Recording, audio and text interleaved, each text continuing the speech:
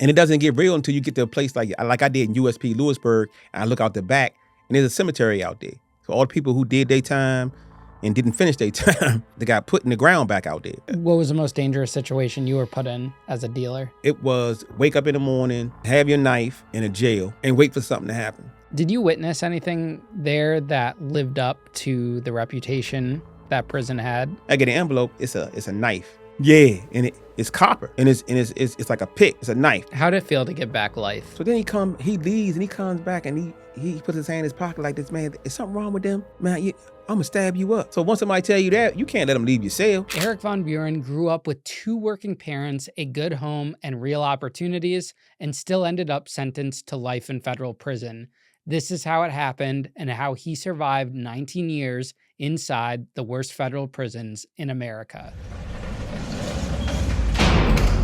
Eric, welcome to Locked In. Thanks so much for coming up here today. Thanks for having me. Are we up or down? Or we're down, right? Down where? Like you're from Maryland, so yeah. So we're Connecticut's down. Connecticut is up from me. Okay. Down from Gotcha. Right. Well, thanks for coming today, and you're running for office. Yeah, I am. I'm running for state senate in Maryland District 2. So. Well, and it's good to get your side of the story out there before the news starts using your past against you. Absolutely. Is this your first ever podcast? No, it's not my first time. First time talking about your past, though? To this extent, it will be. Cool. Yeah. Do you think it'll surprise some people? A lot of people. So yeah, I think it will. Awesome. And you have a bunch of books that you've written, a child's book, your story. We'll have all those links in the description of this episode. All right. Where'd you grow up? Was it Maryland? DC. Yeah, DC and Maryland. So the DMV, that's what they call it now. But a lot of people in DC used to, move to Maryland. It was the suburbs, right? So DC and Maryland. The DC guys in prison got a bad rep. That's true. That's it. And I contacted you about that. Yeah, like you don't have any DC dudes on your show. Yeah. And so the actual rap comes from, I want to say, it's how you take it's like a paradox. If something happens sometimes, then it happens all the time. There were incidences in a prison called Lorton, it's in Lorton, Virginia, where guys before they got shipped to the feds, before they shut it down from the Revitalization Act, they would actually just it's like a Conan the Barbarian type of atmosphere. And what I related to was kind of like I forgot the guy, when they cut the dude's head off, you take his soul. Some people so predatorial that they don't want to just knock you out. They want to take your total manhood from you. So when you wake up, you are no longer a man. There's a lot of guys in DC who aren't afraid to say that they are either bisexual or homosexual. They ain't afraid to say it. I haven't seen, and for me being from DC and doing 19 years in prison, I haven't seen where there was a disproportionate, how I want to say, it was no disproportionate amount of homosexuality in the DC car than it was in any other car. It's just the guys that were on that could defend themselves, because if you were like just gay, it's no big deal in the DC car. If you like to mess with boys, it's no big deal in the DC car. Other cars abhor it. What the DC car is basically focused on is if when it's time to go, if you're gonna go. And if you can't go because you gay, then you need to get off the compound. But for me, and I was talking about this with somebody the other day, somebody's sexuality never, ever played a role in any of my decisions that I make, or I would make in the future, because you never know what dudes do behind closed doors, especially with their girls. You don't know. You would never bet your life on it that if you close the door and Matt was you wouldn't bet like what he's doing behind that closed. You wouldn't bet your life on that. right? You wouldn't definitely want to bet your mom's life on that. So sexuality for me, it never played a role. But I saw a lot of guys, I saw a lot of other cars, and not to call them out, but I seen a lot of other cars hide being gay because we accept people who are homosexual. As long as they push that knife when it's time to go, um, they tell us a lot. They like women in the prison, so they know who's sneaking. They know the information. It's blackmail. It's a tool, like, and when you were in prison, the prisons that I were in was USP Lewisburg and USP Canaan. It's warfare all day, every day. Who raised you? So my mom and dad. So I come from a upper middle class home. I went to private schools. My dad was in the military. My granddad was in the military. My mom and dad were both in the government. My dad worked for the State Department. He's pretty high up. So I come from that. My mom and my dad actually raised me to be anything other than someone that would get incarcerated. Yeah. Yeah. Did you have your eyes set on public service, the military, following their footsteps Absolutely. as a kid? Yeah, absolutely. So my dad, my dad gave up his dream of being a politician to raise us. Came out of the military and he went straight to work for the government. And in DC, there's a thing called good government jobs, right? So he had a good government job. So instead of chasing his dream of being a politician, he stayed with his good government job. And at that time, because it was the 80s and he was a black man and he was in DC and he was in the government, he trained a lot of other people to do his job. So he would get passed over from promotions and stuff like that. And I seen it take a toll on him. And so I thought, I'm never going to be in a job with a 30-year mortgage. You know what I'm saying? I'm seeing what he's going through. I'm not going to go through that. And so I always had a dream of being in public service, right?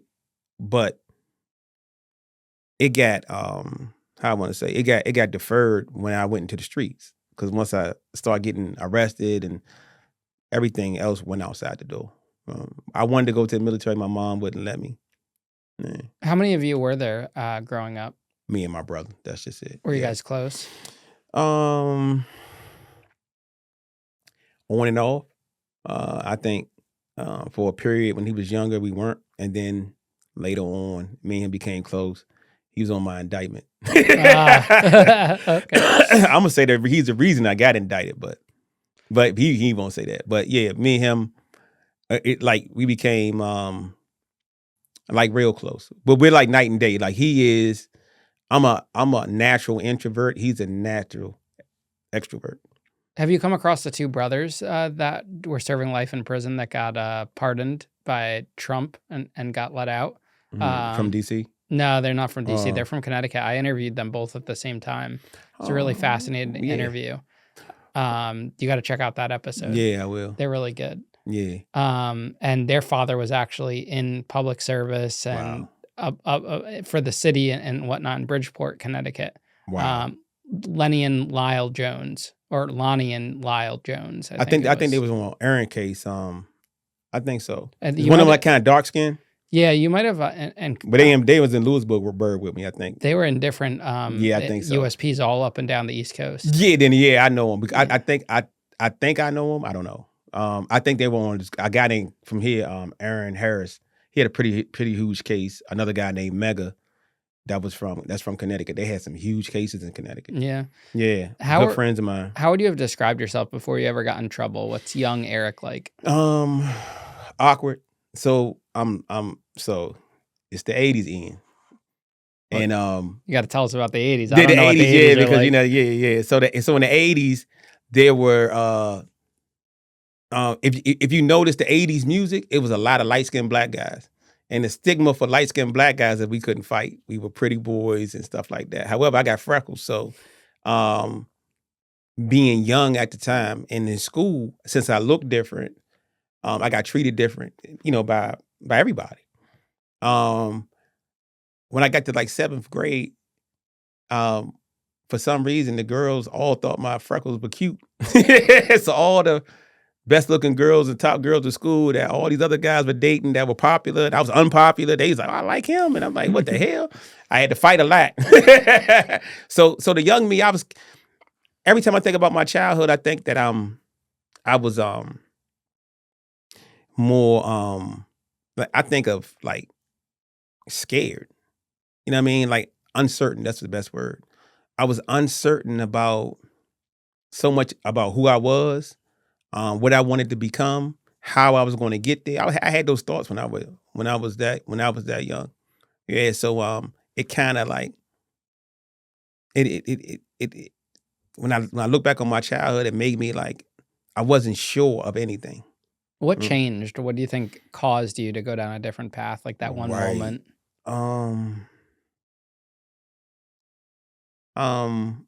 I don't. When I was younger, I think I became. I became a lot more sure of myself when other people began to accept me when I was little, and I think that's the hard truth.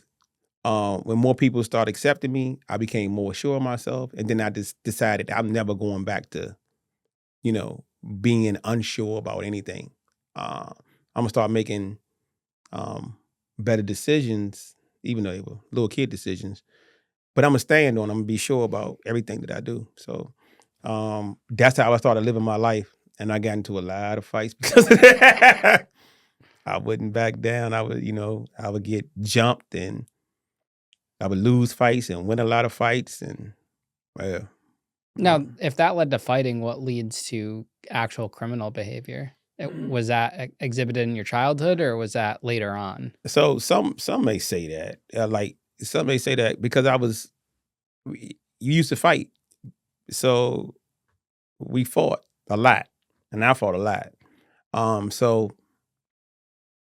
So I think people would take that and parse it with criminality, but I don't think that's where it came from. I know exactly where it came from. It came from me not wanting to be like my dad, me not wanting to come home upset because I trained a guy to take a job for me that was going to help benefit my what's the name. I wasn't going to be in a 30-year mortgage. I wasn't going to be Like working for the man, right. stuck, yeah. Waking up in the morning, like people's like, oh, I wish I had my dad there, and a lot of times guys be like, you shouldn't be in here, but you had your mom and your dad. Yeah, but my dad was never home because my dad was always working because my dad had to pay the bills because my dad wanted to send us to a certain school. Like you get what I'm saying? Like so my dad was never like, when he was there, sometimes he wasn't there. You get what I'm saying?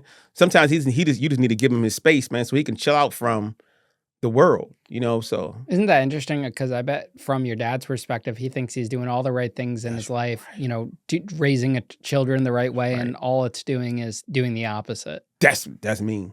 That's crazy. That's deep. Yeah. And I thought about that when I was incarcerated. Like, man, you get to think about a lot of stuff. I think incarceration is good for you in a certain sense if you use it in a certain way. And the reason why I'm saying that is because when you go through a period of long suffering, it seems like you get revealed stuff. So things get revealed to you that you would never think about when you're not going through it, right? You know what I mean? You don't think really how you impact somebody else's life. Like, Yeah. you know what I mean? Like I told you, like you impact my team for my campaign. Something you didn't even know until I told you. But they're impacted by that. You know what I mean? And I think when you're incarcerated, you get to know all the impact that you have on people. Did you graduate high school? I did. Yeah. And I graduated high school on time. Even though I went to night school, summer school, and Saturday school, I graduated on time. Yeah. I was I was skipping school because I really was when I was into a lot of girls, like women. You know what I mean? So I used to skip school and mess with this girl, mess with that girl, and and I didn't have any money. You know what I mean? But at the time, it was like a crack boom going on, right? So, but the same girl that they were messing with, I was messing with no money. So, yeah. What about college? Was that in the cards for you? So no, it wasn't. Um, and it's one of my main drivers. When I did graduate, because I went to summer school, Saturday and night school to graduate on time, I was at the bottom of my class. And when I went to go talk to my counselor, it was crazy because it was a person that was the third in her, and they supposed to call them first, but she couldn't come.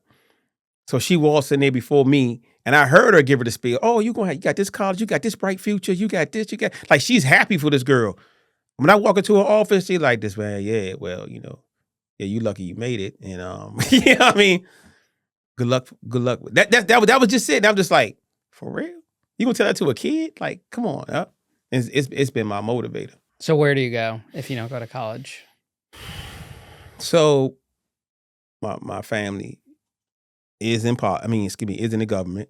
They got me a job. I mean, the first job I had was working on Capitol Hill. Yeah, that was crazy. And then it segued into, I think 6 months later, because I was getting paid more money and I should have stayed in that job. I went to go work for the Department of Labor, and I started working for the Department of Labor. Still wasn't selling drugs or anything. And I stayed there for a minute, and I like to shoot dice. and I used to go to these dice games on the weekend, and used to see these enormous amounts of money from kids the same age as me. And I'm like 19, this dude's 16, 17, 18, and they got tons of money down here. And they look free. You know what I mean? And they didn't have to get up in the morning and go to work and go through the traffic and, in DC traffic and go downtown. I think I was working on 6th and East Street, and go there and put this data entry stuff in. And I was making pretty good money at that time for being a data entry clerk for the Bureau of Labor Statistics. Yeah. And I just when I saw it, I just sat there and said, man, these dudes not smarter than me. That's what I thought. And because I had conversations with them, like their thoughts didn't go but so far. And I'm like, these dudes not smarter than me. They can't think faster than me. I win at dice every time because I know that liquor store dice are flawed. There's a reason why you can't take liquor store dice to a casino, because they don't weigh. And when you roll them a certain amount of time, the edges wear down. So it's gonna roll on the same numbers. Like people, I was thinking like people don't know this, and I was able to count, especially in long dice games, when a 4 would come, when a 5 would come, like numbers that you really don't hit, and I would load up, and I would just be like, oh, I won, and then I would side bet, stuff the money in my pocket. I wasn't really trying to like gamble like dudes that had a lot of money, because they'll keep going to their car until they break you, right? So, but I met a lot of people and I saw a lot of things, and I asked this dude one time. He said, "How much money you make?" I said, I think I was making like $36,000 a year, but this is in early '90s. This is a lot of money. You know what I mean? For somebody my age, it's pretty good. And he was like, "Oh, that's all right." You know what I mean? He was asking my what's name. I said, "Well, how much money you make being out here?" He said, "I make around that a month." And I'm like, "What?" I need to stop doing what I'm doing. I need to learn how to sell drugs. And this is 456, the dice? Huh? CeeLo 456? The dice game. No, we played 2 dice. Oh. So this is just it wasn't CeeLo. No, this is DC regular old craps. Okay. And the drugs at the time, who's selling them? What kind of drugs? Crack. So they're mostly selling crack. In DC, a drug of choice is PCP. So they called it Love Boat at one time, and then they called it water or whatever, and leak, whatever, and crunch. But those are like the 2 primary drugs back in the 90s that you could get some money off of. Weed, you could get money off of weed. It was like select spots though. Like, it was a place 751 used to have it. Southwest used to have it. Like, and when I mean have it, I'm talking about they used to do 20, 50 pounds a day, broken down in the 20s and 50s. You know what I mean? Yeah. You know what I mean? And I think that's modest. They used to make a killing. So there was some legendary weed strips you can make some money on. But those are the primary drugs. Heroin, but the heroin was a big boy game because keys of heroin was costing $150, 200,000. This episode is brought to you by Prize Picks. Whether you're starting a new routine or making player picks for the first time, trying something new can be hard, but in life and on Prize Picks, it always feels good to be right. With high pressure playoff matchups every weekend and elite hoops actions almost every night, the action never stops, and Prize Picks lets you take control. And if you've ever done time or even just watched a show, you already know this: when you're locked in, being right matters. In prison, the wrong decision costs you. And on Prize Picks, it feels really good when your take is right. Prize Picks is daily fantasy and it's built around player projections. No drafts, no long-term commitment, just you picking more or less on players you already know. It's simple, it's fast, and honestly, it fits the same mindset we talk about on the show: discipline, preparation, and trusting your instincts. I like Prize Picks because it reminds me of routine. You open the app, build your lineup in minutes, and suddenly every game matters. Every possession, every drive, every stat, you're locked in. It makes watching sports way more engaging. One feature I really like is Flex Play. If one of your picks misses, you could still get paid, and anyone who's ever been inside knows having some flexibility makes all the difference. If you're confident in your takes, you can go power play for bigger payouts. You choose how you play. They also just added early payouts, which is huge. If your player starts hot, Prize Picks gives you the option to cash out before the game even finishes. That's control, and control is everything. There's also a social feed now, so you can see what other people are building, copy lineups with one click, or use them as inspiration for your own picks. It actually feels like a community, which again fits a locked-in mindset. Prize Picks is available in all 50 states. Withdrawals are fast and secure, deposits are easy, and the app just works the way it's supposed to. So go on and download the Prize Picks app today and use code Ian Bick to get $50 in lineups after you play your first $5 lineup. That's code Ian Bick to get $50 in lineups after you play your first $5 lineup. Prize Picks, it's good to be right. So how do you get into it? How do you find the right plugs, the connectors, Right. everything? So I'm telling you how it happened. And this how it happened in a major way for me. So before the first time I ever sold drugs, I won them in a dice game. A guy put up, I think I was $400 in the pot, and the guy put up a half an ounce of coke. I didn't know anything about it. I turned to my buddy. I said, "Man, what is this? How much? You know what I'm saying? Is this right? Man, if you don't take that, I could break this down. I can make $1,200." I said, "Oh, that's Sign me up." Them sign me up. So I won. We went to some spot he knew way out Maryland, and we stood there for 15 minutes. He got out of his car. We stood there for 15 minutes by a store. It was crazy. It looked like the town or like, you know, like, I don't know, like some backwoods town. And man, 15 minutes still outside the car, everything was gone. And I'm saying, what? It took us an hour and a half to get here, and we stood out here for 15 minutes and gone? Is this how it really is? And no, it's not. No, it's not. But so that's the first time. The second time, and how I got into it, to answer your question, was that there was a coke shortage in 1991 in Washington, D.C. At the time, because of me gambling with people, I met this guy. He was, according to him, connected. But they used to come down and rob all the jewelry stores and clothing stores without a gun. They used to go in there dressed nice. They had the ponytails, like Jewish white guys looking Italian. They got the Rolex watches on and everything, and they robbing the store blind. They would go to a place where they got hand-painted ties, and the hand-painted ties are like $150 a tie. And they would go take 50 of them. You know what I mean? They would go in and try a pair of shoes on that cost $1,200 and walk out the store with them. I've actually seen them walk in, buy electronics, and just walk out with them just because the way they look. Nobody questioned it. It was crazy. And so they used to fence all this stuff. And he had a connection because his brother was dealing with a woman whose father was a diplomat. So up in D.C., especially back in the 80s and in the 90s in D.C., it was a small world. Politicians in the street, it was a thin line that was separated both of them. And his brother's wife was bringing back kilos of cocaine from the Dominican Republic through this diplomat. And that's a real bill. And he had cocaine.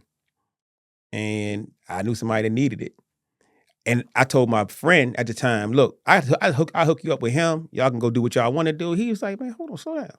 Listen, I can't really do that because the guy I'm working for, if he found out I'm working for somebody else or getting, you know what I'm saying? Because back then it was if I'm working for Ian, I'm pretty much got to stay with Ian. Now it's a wild, wild west, but back then it was pretty much like that. And he was like, I can't really do that. So I need you to go in the middle and you can make some money. And I'm like, how much money? So he was telling me, I'm just like, what? So we didn't start off like with kilos or half a kilo. It was just ounces. And we would just order ounces. We'd be like, oh, let me get 8 ounces. But during the coke shortage, you could make $3,000, $4,000 off an ounce. Like that. So I can make $2,000 off selling weight for 1 ounce. So if this dude is charging us $750 during the coke shortage for each ounce that he's getting for free, you know what I mean? We start rolling, and that's how I got a name. And people knew that. They called me Freckle Face. This Freckle Face, he got some weight if you want to, you know. And then when that kicked off, then once your name is out there and the drought is over, then everybody else comes back into the fold. But people know your name for having weight. And that's just, my name was just associated with me selling weight. Now, are you the one physically moving it from point A to point B, or do you have people under you? Well, at this time, it was, it's the early 90s. Yeah, it was just me. Okay. Well, I mean, I would actually get on a plane out of National Airport before it was called Reagan National, fly to LaGuardia or what's the other one, JFK? Yeah. Up there. He would meet me in the air terminal, strap me down with ounces in the bathroom, and I would turn right back around and fly right back. You can't do that shit now, right? Yeah, you know what I'm saying? Yeah. What was the security like back then? There was no security. It was nothing. I never felt like nobody was watching me. Never felt like, I never felt like anything. I just felt like I'm going to go up here and get these ounces and come back. Nobody even knew I went to New York. You know what I mean? And came back. I'd be like, I'm about to leave. And I come back 3 hours later. They don't know where I was at. So no drug sniffing dogs, nothing. It was nothing there. Wow. I mean, I used to walk on the plane with it just strapped to me, just walk, hey, how you doing? And then just sit down and then fly back. It's no problem. It was no problem. I wasn't the only one doing it like that then. What was the most you had on you on a plane ride? The biggest order that we had back then was 18 ounces. I didn't know that was a half a key back then, but it was 18 ounces. Now, back then, was it safer to fly than drive? Because DC to New York's not too long. And it's not too far. I think it was like the convenience and the thrill of it at the time because I was young, and I didn't really care. Mm-hmm. And it's like, I don't know what it is. And I think if somebody watched Sopranos, they seen when the dude finally got his name in the paper because he did something. It was like, if you get popped, then that's you get made. Like, I'm gonna hold water, then everybody gonna know I'm thorough, and like I'm gonna go through this process fast, and so that's how it was with me. I didn't really, when I started doing that, I never thought twice about at that period. Never thought twice about. I thought it was gonna last forever. You know what I'm saying? I thought they really didn't care if you brought drugs back. I convinced myself about a lot of stuff. Was it dangerous to sell drugs? Hell yeah. In DC, oh my God. Man, this is when DC was like the murder capital. I think recently it's like 150 murders, I think, in DC. It was like, let me tell you, Ian, it was at least, I want to say 600 or 700 murders in DC, and then about 500 or 600 in Prince George's County. In DC, Prince George's County was like an annex to DC. A lot of DC dudes would tell you differently, but it was. You know what I mean? Everybody got family in DC and Prince George's County predominantly, not everybody, but majority. You know what I'm saying? To go back and forth. One is the suburbs, one is in the city. That's just the way they was broken down back then. It's different now. But so you thinking within a 40-mile radius, you thinking about 1,400 murders. Those are murders. That's not the shootings, people getting shot, people not dying. Those are just the murders. It's only 365 days in a year. So you're thinking, what, 4 people, 5 people a day murdered that you know. It was a killing field. It was bad. Like how the administration makes it seem now. No, it was really like that. It was really like that in late 80s, early 90s. Really like that. What was the most dangerous situation you were put in as a dealer? Oh, as a dealer? Oh, Yeah. man. One night, my best friend who was murdered, he got shot 80 times, just to show you how the violence went. He called me and said, "Oh man, somebody want a half ounce," or something like that. And when I get to the spot, it was real deal. It was real. It was in somebody else's neighborhood. And back then I didn't care. Somebody wants some, I'm gonna go back, I'm gonna serve them. So he was like, "Man, make sure don't nobody see you when you come in the back door." In my mind, like, man, yeah, man, I ain't, you know what I mean? I'm him, you know? Care about that. You know, they got a gun, I got a gun. And I walk in the back door, make the drug deal. And when I came out, oh man, it was like people were just waiting for me. I don't know. It's like I ran through gunfire, and I ran down this little walkway. I don't know how they didn't hit me and my friend. I don't know how they didn't hit us. You know what I mean? Like I just don't know to this day. We were supposed to be dead, but they tried to take us out though. They shot the car up, like it was bad. So when a moment like that happens, what's going through your mind the next day? Are you like, I gotta get out of the game, or let me double down and keep doing it? I love the adrenaline. Yeah, the adrenaline, and then I can't believe they just did that to me. I gotta go do that to them. You know what I mean? So now you're riding around their neighborhood trying to look out for them, but they looking out for you because they know you coming back. So it was it was bad. But I learned very quickly that if you want to make money, you can't do that type of stuff. So you just stay in your space. You know what I mean? Because riding around looking over your shoulder when somebody is actively looking for you to do something to you is totally different than somebody just arbitrarily finding you. You know what I mean? When somebody's waking up every single day to try to find you, that's different. And that's how it used to be. People used to wake up in the morning looking for Ian because Ian did this, and they wouldn't go to sleep until they find you. Right. So what about your parents at the time? Are you living under their roof, or what's going on with that relationship while you're becoming this, Destroyed it. It got bad between me and my dad. I only realized why later on in prison. So my dad working in the department, the State Department. This is some high level, and he's moving up in the State Department. I came to his job one time, and he had it like a little closet door, and he put his hands under. It's probably some antiquated stuff now. His hands under what's name, did it like a little what's name, popped open. It was just huge. This huge area with all these computers and people talking to him like he's the boss. And I'm like, man, what the hell? You know what I mean? So when my name was getting put in the Washington Post and other papers because of this things, it had a bearing on the security clearance. I couldn't even come in the building anymore. You know what I mean? So he had to hear about this. And I never thought that what I was doing in the streets affected him in that way. So it really, and then my dad, again, he wanted to be a politician. He sacrificed and, did it the hard way, worked hard, worked his way up, pulled his own self up by his own bootstrings, and then his son turned around and then get into the very thing he's trying to protect him from. So it caused a lot of dissension, so much so the prosecution wanted to use him against me in a state case one time. So you had gotten arrested before you ever gotten popped for the feds? Oh yeah. Yeah. So I got arrested for murder on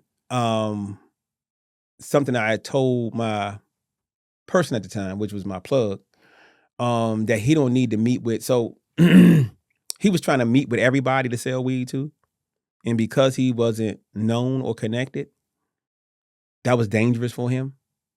Because what people do is not everybody with money has good intentions. And if you're unaffiliated and you try to sell drugs and you start making some money, they're gonna rob you. And I told him that's what was going to happen to him, but he ain't want to listen, and that's what happened to him. And he tried to call me in the middle, thinking that if the guys who had the potential at the time to rob him were going to rob him, if they saw me, they wouldn't do it. But that's not how it worked. That's not how it worked. It's like, oh, if I got Eric here, they gonna know not to mess with me, and that's not how that works. It don't work that way. If somebody coming to get you, they gonna come get you. I don't care who they. What about your brother? When do you get into business with him? So my brother is supposed to be in the MLB. My brother, he was exceptionally good at baseball. He turned down a scholarship and went to Southern University because he wanted to go to an all-black college. I don't know what that was about, but he wanted to play in the SWAC. And he got down there, and I think everything at the time, he got down there like around the no limit, and he's in Louisiana, and the whole little explosion of all of this, and I think he got caught up in the sensationalism and not focused on what he was there to do. He ended up dropping out. He comes home. There's another coke shortage. And I think having him with me and him seeing stuff, even though I was telling him like, bro, it's not like this. It's just a coke shortage. You know what I mean? It's just the money coming in like this because don't nobody got it. I got it. It's not like this. You know what I mean? But I think that didn't deter him. When he saw it, he started selling drugs. And it caused a rift between me and him. He started selling drugs and somebody told me he was selling drugs. And so it caused a rift between me and him. It was bad. He was indicted, me and him was indicted on the same indictment. And the feds knew that me and him weren't talking at the time we was indicted on the same indictment. Do you feel responsible for bringing him into the life? Absolutely. Yeah, absolutely. At the time I didn't, because people are, he his own man, he can do what he want to do and this, that, and the other. But yeah, I mean, it was I had a friend that played basketball. His name Milo Brooks. He played for West Virginia, played for a lot. He played for a short period of time in the NBA. But when I got locked up in Lewisburg, he wrote me a letter and told me until I got a life sentence, he always wanted to be like me. And I'm saying, what? Basketball. Like, he was right before his time. So he was 6'9", could shoot the three, could dribble. They didn't want that. They wanted, somebody 6'9" to back people down. He wasn't built for that. But he's a few years off from making a $20 million contract. He was real good. But anyway, when he told me that, I was just like, man, what? He was like, man, yeah, I always looked up to you. I always wanted to be like you. And I'm saying, wow, it's crazy. Now, to break down the timeline for the audience, how old are you when you started selling drugs? The first time, I want to say 16. When I really got into it, like around 19. And how old were you when that murder case happened? 21. And did you go to jail for that? Or like, I went to prison. I mean, I went to jail for the period. They didn't give me no bond. So I had to fight the case. It took the jury 15 minutes to see I was not guilty. And back then, they didn't care. They were cleaning up cases. And if I didn't want to tell on Ian, then so what? So instead of telling on what really happened, the person lied. And the jury could see right through a lie, but the prosecutor don't care. They think they can prosecute you on it. You know what I mean? So they took me to trial. I knew they didn't have anything when they offered me 15 years. I say for a first degree. Come on, man. You know I ain't do this, man. So my best friend I told you that got shot 80 times. When they was investigating his murder, I was a suspect in it. Because you was best friend of y'all in the streets. So when the police found out who actually did it and found out that me and that person were close too, right? They wanted me to tell on this guy. And they said they'll make all this other stuff go away. And when I didn't do it, they prosecuted me. You get what I'm saying? So you knew you were innocent, and I was just green enough to believe in the system back then. You know what I mean? Like, I'm innocent. They're gonna see that I'm innocent. And once I told my mom, they brought my mom in there when they offered me a 15-year plea, because back then you would get life plus 20. Hey man, tell the dude take this plea. You know what I mean? You don't know what's gonna happen at trial. To my mom was like, "Did you do it early?" I was like, "Nah, I didn't. I'm innocent." And she was like, "I'm gonna go to trial then."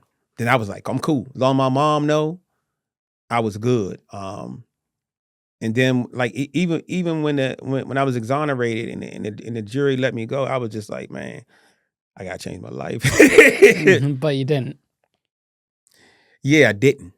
Yeah, I had to, but That's crazy. You got a second chance at life after beating a murder charge. right. And even though you didn't do it, and you still go back out on the streets, you got a taste of what prison was like. Right. And that wasn't the reality check for you. Right. And it was bad in there too. You hear me? Like, it was where I was at.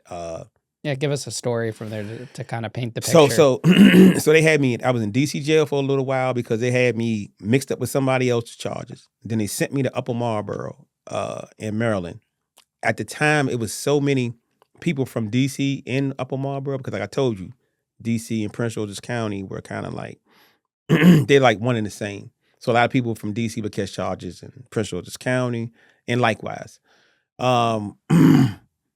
So it was so much violence going on in both places. It was a real dark time. It was wake up in the morning, have your knife in a jail, right? And wait for something to happen, because something is going to happen. You know, I got my jaw broke when I was in there. Started from a fight, ended with the CO stomping me out because I hit a CO.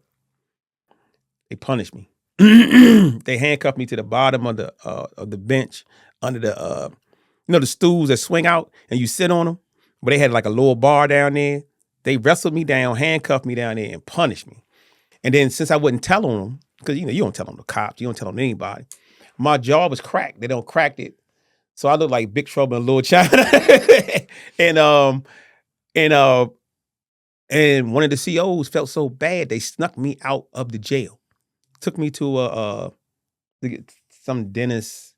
And when I went in there, all the women in there started crying when they saw me. They was like, "What are you doing?" I said, "I was getting a fight." "You ain't getting no fight. This ain't no one person fight. This is, you know what I'm saying? Don't lie to me. Who did this?" They called the police up there. And they were like, "Man, get him to say something. I know they did something to him. I know it." I was punished. And I never pressed charges against the COs, and I started getting favorable treatment. They was like, "Well, you ain't gonna tell? Oh, here you go. So, yeah. So that was a tough time. When I came home, I got my first taste of reentry. I got my first taste of how hard it is, because I just worked for the government. I was in the union. I just worked for the government, right? It was nothing for me to get a job when I got out. And after I had this incarceration and I had a previous felony I took a plea to, I couldn't get a job, other than being a courier, which paid a lot, but it paved the way for me to get back into, because I drove around all day. So I'm thinking, damn, you know what? Let me sell some drugs on the way. There you go. If I get a couple pounds of weed and break them down, I can make a little extra this, that, and the other. And I was working for this company called US Express, and the person who was my boss his name was George Washington. Yeah, he was a good guy. He was a good guy. He came to see me actually when I was locked up. He's a good guy, man. And I started seeing that I couldn't get the job. I got so frustrated. I got so frustrated. I was just like, man, you know what? I gotta go back to what I know doing. How long does your second stretch of drug dealing last for? I got out in 95, so 95. So my indictment would say 95 to 2000, but it wasn't like that. It was 95 to 98. Then for like about 8 or 9 month period, stop. And then for like 5 months in 99. That was I got indicted in 2001. I got indicted the day after 9/11. And did you know the feds were on to you? Yeah. So tell us the start of that. So one day, I invested in a guy's he had a music studio, and I invested in it. And one day we were coming out, and once again, we just call it metropolitan area. I mean, DC and Maryland at the time, the DMV at the time, was very dangerous. It wasn't like now. It wasn't all these clubs. It wasn't all these eateries. It was just set spots. And if you were selling drugs and people knew you, you know, people were looking for you to rob you, to kidnap you. So you got to stay on point because this was a real thing. So you get to notice and, you know, how things move, how normal people walk to the store and how they look, and how people that's not normal. You know what I mean? So I started saying, like, man, what the hell? It's a car over here. And then I started saying, like, man, hold on, man. Are they following me? So I thought, you know, and then the car turned off and another car started following me. So I brought this information to my friend who did a couple tours over in Iraq at the time. And he was like, man, that's a damn relay team, bro. Let me ride with you. So he rode with me. He said, yeah, you got a fucking relay. You know what I'm saying? You got a relay team on you. And I'm like, wow. And I went to my lawyer and was like, man, dude, like, why are they following me? Like, what's going on? At the time, in my 25-year-old mind, I'm not thinking about the damage you doing in the community. I'm just thinking about, oh, next load that comes down, I'll make sure I give him whatever money, because they always give you more than what you want. They always did me. They don't put you in your debt. Coming to them, I know I see guys talking about, oh, I went to them, I just paid straight up for it. I didn't. Maybe you did. You know what I'm saying? I'm not saying you did. I'm not saying you lying. But for me, if I come back, let's say if I pay for 10 keys, it's 10,000 grams. I get back, the scale might say 12,500, 12,500, 12,430. You know what I'm saying? Something crazy like that. And I'm saying, dude, I didn't get these extra two. This is an extra burden for me. So my point is, I didn't know, you know, that I was doing it enough to get the Fed's attention. And when I started saying that, I started thinking, like, man, wow. Like, yeah, this is the Fed's following me. Oh. And I got scared. A lot of my friends started getting locked up. I got my best friend, he got locked up, and they put him for the death penalty. I want to say Antonio Gonzalez did that, but the United States attorney put him for the death penalty. So it was some serious stuff going on around me. Yeah. So do you continue to sell drugs then, or? Just when I had a conversation with my dad, and one of my favorite rappers is Scarface, and he rap mimics what goes on. And one thing he was saying that he like in his song, like, he was scared to stop selling drugs and scared to sell drugs. And I got in that place where I was terrified to sell drugs and at the same time terrified to stop selling drugs. And everybody that I know that was selling drugs felt the exact same way. Nobody was just like, oh yeah, I'm gonna keep doing this shit. Like, you know what I mean? They was just like, man, bro, I don't know how we gonna get out of it. You know what I'm saying? How we gonna get out? Everybody wanted the exit strategy. At the time, very aggressively, from 95 to 2000, there was an effort throughout the United States to lock up quote unquote gangs and drug gangs. That came from the Clinton administration. So when we would go out of town in 95, 96, Soul Train Music Awards, the Jazz Fest in Costa Rica, Vegas, you know, which was a big thing like early 90s, but it became like, when you go these places, you would see the same crews. Same crew from Chicago, same crew from Michigan, same crew from New York, getting money. Next thing you know, you start going out to these places, less and less people start coming. You start hearing more and more people getting locked up. You know what I mean? And they did a number, especially in DC, between 95 and 2000.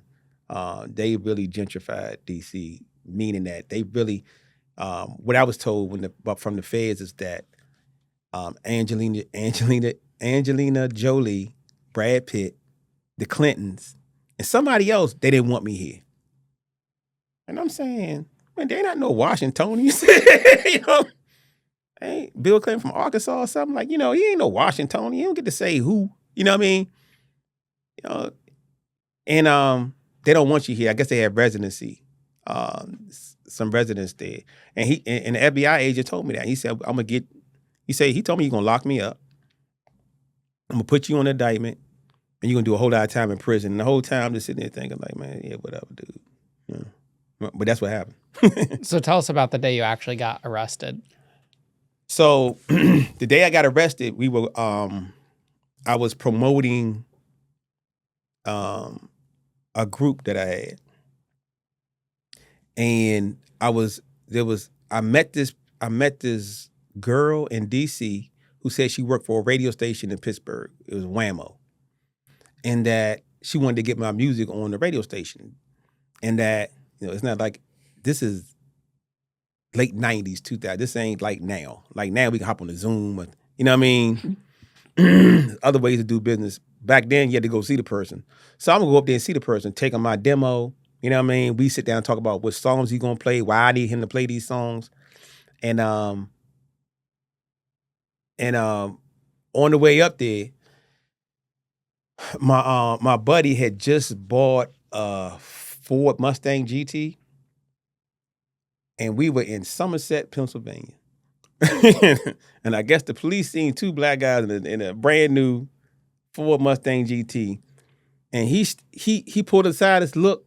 He stopped and got right behind us, and I got locked up that same day. I had a warrant. Of course, I had an indictment. Had already came down. Federal indictment came down, so I had a warrant out for my arrest. And this is crazy because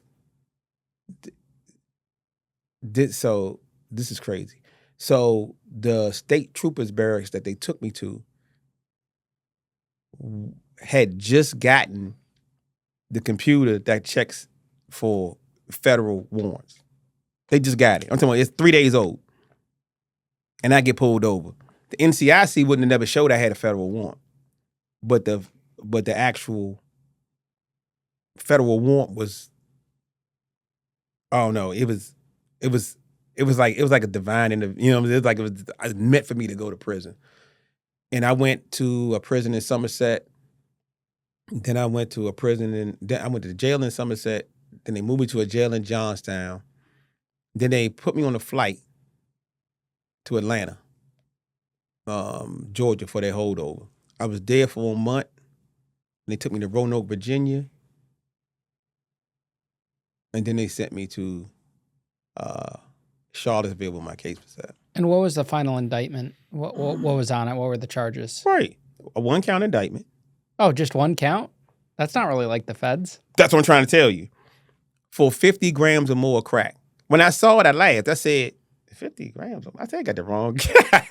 You know what I mean? I'm not coming out of my house unless this is a half a brick, couple bricks. I'm not coming out for 50 grams is not even 2 ounces. So I said, they got conspiracy to sell 50 grams. I'm thinking it's like the state. But this is 50 grams or more was used in so many cases. And what it did, it set the statutory maximum, the minimum at 10 and the maximum at life. So for that amount? For me and you to conspire 50 grams of crack, because crack was 100 to 1. So 1 gram of crack was equal to 100 grams of cocaine. So it was like that's what the indictment read. That was the punishment for it. Started you off at a minimum of 10 and had you at a maximum of life. Once they find you guilty, then they take you to sentence. I don't know if I see anybody on your show say this.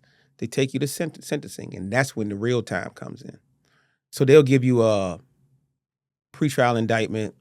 A pretrial PSR, and you'll see, I'm on facing 12 to 15 years for this offense. And then they give you a post trial, and your post trial is looking like mine looked like this: 50 grams or more conspiracy, right? Crack for conspiracy. But then I had enhancements for 205 kilos. a machine gun, obstruction of justice because I said I sold powder and I didn't sell crack, which was the actual truth. And hold on, obstruction of justice was the name, and I was the plug, so I got a two level enhancement for being a plug. So my sentence went from 12 to 15 years to mandatory life. So do you plead out or do you go to trial? Yeah, I went to trial. Again, you go to trial. Okay. They didn't even offer me a plea. Okay. In my case, they ain't even come to me and ask me to tell on nobody. I was the target. But you had co-defendants. I had 42 of them. I had 42 co-defendants. And they all got charged with conspiracy, just the one count? Yeah, so what they did is they went into an area in Virginia and they indicted the whole area. And anybody in that area who sold drugs in that area were part of that same conspiracy. Even if you didn't know each other, it's the way the conspiracy language is, the way that it is. So I can have 42 people on one conspiracy and none of them know each other. And by law, that's legal. Now, do any of them testify against you? Yeah, 9 people. Were those the only people you knew out of the case, or? So, oh man, you asked some good questions. So, I knew one person. Which was your brother? He had already pled guilty. He wasn't even at trial with me. Okay. People that came and testified against me, I knew one person, and the rest of the people, me and you have talked longer than I ever talked to them. So just think about this. I'm selling drugs, and let's say me and you selling drugs, and Matt the plug. How we gonna meet the plug, right? We can't just walk up to Matt and say, "Hey, we want to buy drugs from you." So why would I allow somebody that you dealing with to walk up to me and talk to me? That's not how that works. You can't walk up and just talk to anybody in your job like that, right? You got a boss, the CEO comes down. You don't come up there to the CEO and say, "Hey, CEO." But that's how they make it to the jury. Like anybody can come up to you, and since you're a drug dealer, you're gonna sell them drugs. Like if your guy came up to me, I wouldn't deal with you no more. You know what I mean? Like Ian, that's your guy. You know what I mean? Why is he coming to talk to me about anything? I don't care about girls, about his mom, but I don't care. I don't know this guy. That you know this guy. That's your guy. I came to deal with you. And it's the reason why I really didn't deal with people face to face. You know what I mean? It's the reason why I sent other people to go deal with people. I thought I was being, so in my trial, they stated that the reason why they didn't have any corroborating evidence is because I dealt with everybody singular and I never physically gave drugs to them. It's in my transcript, which don't make no sense. Yeah. They had me like I was a mastermind. Like, oh yeah, he physically didn't deal with you, and the reason why it didn't corroborate because they were lying. You know what I mean? I had one guy that I sold a quarter key to, powder cocaine, to buy a jet ski and a Honda Accord for my son's mom. So I paid 9 ounces for it, powder. He got mad because he didn't know how to cook the powder in the crack. He wanted me to show him how to do it. So I said, yeah, for extra $2,500, I'll show you. That's not how it went at trial. When it came to trial, that was all crack. And he was buying a quarter key from me every 3 days for 6 months. I don't even know this guy. You know what I'm saying? I don't even know this guy. But that's why it doesn't corroborate, because it's a lie. Now, whenever someone takes a plea deal on a big indictment like that, is that used against you too at trial? Like, does the prosecutor say, "Oh, someone else on the indictment pled guilty to selling drugs, so he's selling drugs"? Yeah. So for prison, that's the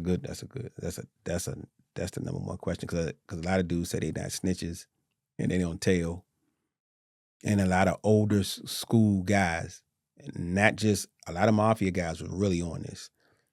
But they used to take mafia indictments. So to answer your question, the law changed. They can't use your plea agreement against me anymore. They used to be able to do it in law. When they could do it in law, then a lot of people who took pleas on conspiracies were considered rats, because then they could use that law changed. It changed, I want to say, early 2000s, where they couldn't use that anymore. A lot of Italian guys that were with me up USP Lewisburg got out on that. And they went home on that, because they had used other people's plea agreements in cases to, to get them, to get a guilty verdict. So no, but legally, no, they can't use it against you. From an intelligence point of, yeah, they can use it against you. You know what I'm saying? If I'm saying, I'm trying to tell you I'm innocent, and like, man, Ian already said you guilty. You know what I'm saying? That'll never come out at trial. It never come out in the transcript. But, It's inferred, yeah. It's definitely inferred. You know what I'm saying? If I took a plea, there is no plea like it's a case called Alfred, but it's a plea where I just plead to the crime and at the time, meaning that I'm just gonna plea out because I like the time that's coming with this plea. There's very little of that in the feds. So if a guy did that, it would be different than somebody else pleading out. But it's a lot of old school guys. A lot of old school guys that think that people are rats because they took a plea. But 97% of cases in the feds are pleas. 97% So everybody pleads out. Basically, the ones that take it to trial, you get a greater penalty, and that's it. So you lose a trial and you get sentenced. How much time? Life. Oh, they give you life in prison. Mandatory life. I couldn't believe it. When I seen it on my PSR, I thought it was just like, in the state, they come in and say, man, you facing 150 years. You be like, oh, you know what I mean? But they not even going, you get a good lawyer, you're good. In the feds, you can get Jesus Christ to represent you. You see the people, Martha Stewart got 6 months. You know what I mean? She's worth $600 million. What law firm you think represented her? You know what I mean? So all that trying to buy a good lawyer to get that's not gonna happen in the feds. You're gonna get found guilty. You seen what happened to just recently with Puff Daddy. Got off on a couple you're not gonna beat the whole indictment. Just ain't. So I didn't think I was going to get life. When they gave me life, it's crazy. Everybody in the courtroom almost fell out. So I was like one of the the second person to get life for selling drugs with no violence and nothing in their case. In Charlottesville, Virginia. And he gave me life. And then he asked me, Ian, where did I want to do it at? Like he was just Like very casual. What? Yeah. Yeah. I'm gonna send you to life. Where do you want to do that at? And I always tell myself I miss my opportunity to say I want to do it at your house. But yeah, I went to prison. Had a life sentence at 27 years old. So by that point, when it's at sentencing and you already got life, is sentencing just a formality at that point in your mind? Like it doesn't have the same emotional impact for you? Nah, it hit me. I know the guys get on here and people, and I said it in my mind too, right? They get and they talk tough. Never trust anybody who got a life sentence that said that they just ate the life sentence. Don't ever trust nobody like that. They're lying. When you get a life sentence, the people who aren't in the streets, who care about you, are going to tell you to tell. They're going to tell you to tell on whoever you got to tell on. Because life in the feds, you don't come back, you die. And it doesn't get real until you get to a place like I did in USP Lewisburg, and I look out the back, and there's a cemetery out there. So all the people who did their time and didn't finish their time, they got put in the ground back out there. And your family got to fight to get your body back. People don't know that. So the first thing I did when I got life, when I got life, I was numb. I couldn't believe I had life. I was like, and I was just like, man, I'm not going to accept this. You know what I mean? I'm not going to accept me having life. Even though I got life, I'm not going to accept it. That's my first thing. The marshals, when I got back, they said, man, this guy, he said, man, do you trust your lawyer? I said, nah. He was like, he said, don't nobody in this courthouse trust her. She ended up getting disbarred. She stole my Rolex.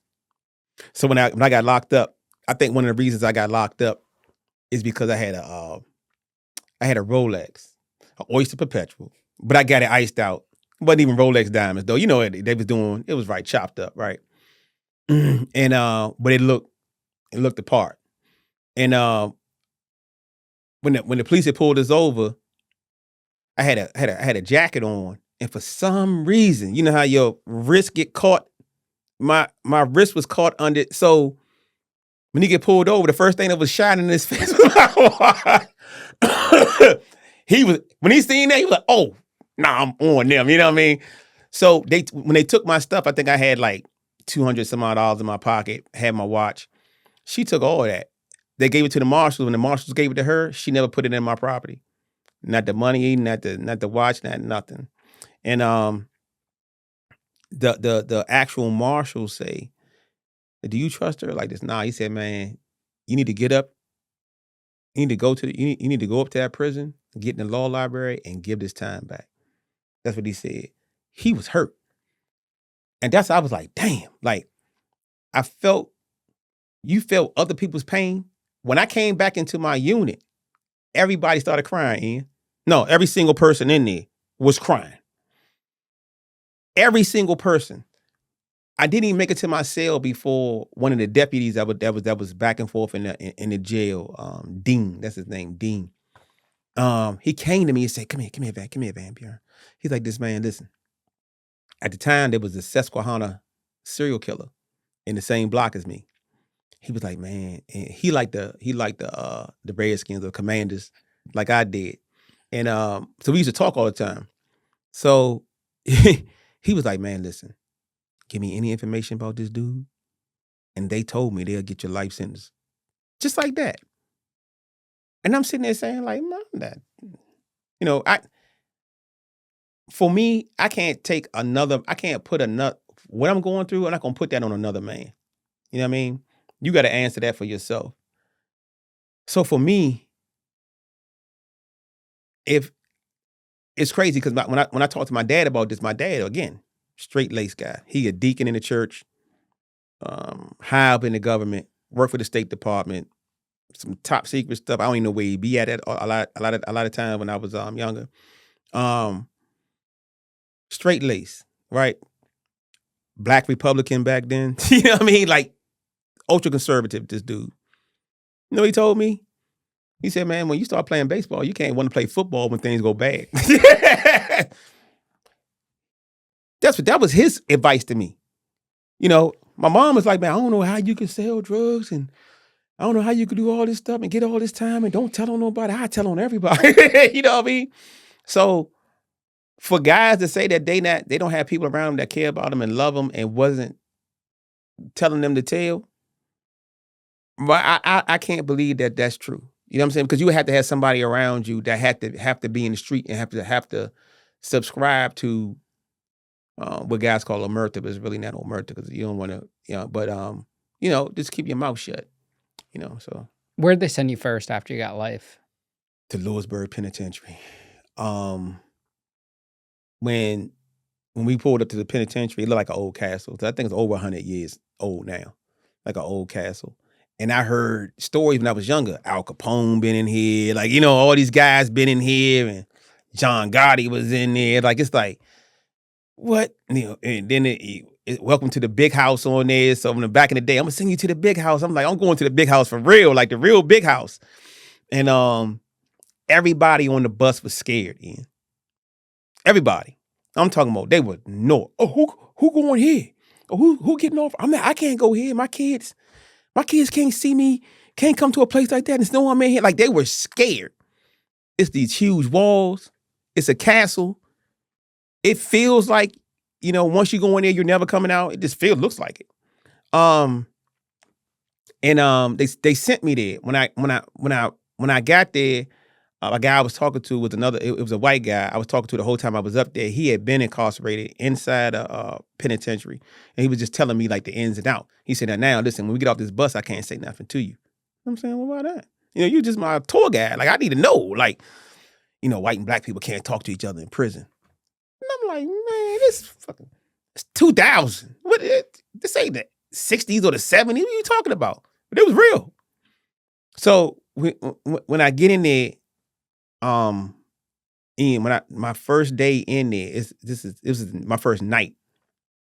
We go back in the cells, and I want to say the holdover, the shoe was, it wasn't C block, it was A block, in in Lewisburg. And when I go in there, Lewisburg is unlike these newer jails. I don't know how Fort Dix was or Danbury, but it's one, this old school. It's one tier. And then you go up the steps and then you're on another tier. And you can't look down to the other tier. So when you're on one tier, you're just on one tier. They had these old clangy doors, like, make it like you were in a submarine, like, them. I hate those. I'd rather have bars than those doors, man. And the dude pulled the lever back, and the doors closed. I'm like, man, where am I at? And I get in there, and I got my hands, I could touch the walls. And my cellie, he had done time in the he came in with me, on the same load as I did. And he did time in Virginia. And he was telling me, he was like, man, look, when you get here, you want to do X, Y, this is how it is. I don't know how it is in the feds. While he's talking to me, I get a note slid under the door. So somebody come over the vent and say, hey, I got a message for both of you guys. Where y'all from? So I'm like, the guy say, excuse me, he from New York. He's like, I'm from New York and he's from Virginia because my case was out of Virginia. And I said, I'm not from Virginia, I'm from DC. Like, oh, all right, okay, I'll be back. So open up the envelopes, and there were two letters. One letter to him from guys from New York. So the dude already knew and another letter from guys from DC for me. I just walked in the block. And they was like, we expected some homies to come. Which one are you? You know what I mean? So I write my name down on it, my street name, you know what I mean? Boom. Send it back up there to him. I get an envelope. No, this for you. I get an envelope. It's a knife. Yeah, and it's copper. And it's like a pick. It's a knife. And it said, man, we've been waiting for you to come. When you they probably send you to J Block. When you get down to J Block, holler at the homie Neldy. Like, they give me all these instructions, and we at war with the Niatas. I'm like, what? You at war with that? So I'm in here, my first day in prison, I get a knife. I ain't been here 6 hours. I get a knife in an envelope telling me, don't worry, it'll go through the metal detectors. And then I get instruction from the vent on how I get on the compound. Because back then, they didn't let you on the compound. You had to actually, this is early 2000s, you had to actually, it was called Quay. I had to actually sell myself like to a parole board to get on the compound. So I had to go up there and answer all the questions, right? Take your shirt off. They want to see all your tattoos. If you're running with somebody, if you're affiliated, they read your case to you. And when they read my case, they was like, you got a conspiracy, but you didn't have any drugs in your case. You didn't have because I had no phone taps, no wire taps, no money, no drugs, no pictures of me and these guys together, not nothing, just testimony that I sold them drugs. And it was like, man, what happened? I said, well, some dudes got up there, they got busted. And the DEA wanted to knock me off. So they asked these dudes to testify against me. And they did. And they said all the drugs they got knocked off with, they came from me. And my counselor is like, son of a bitch, you can't trust anybody. I'm like, damn, he mad? You know what I mean? I'll take him. And that's how I got on the compound. I got out of the A block, which was like the chute. And I walked through the metal detector because they told me I had my knife. I want to see if this knife really, I'm thinking I'm going right back to the chute. So when I walked through the metal detector, the dude said, what, you been here before? And I'm like, nah. He said, you know what J Block at? I'm like, no. He was like, it's at the end of the hall. So I walked past over top of the infamous red top.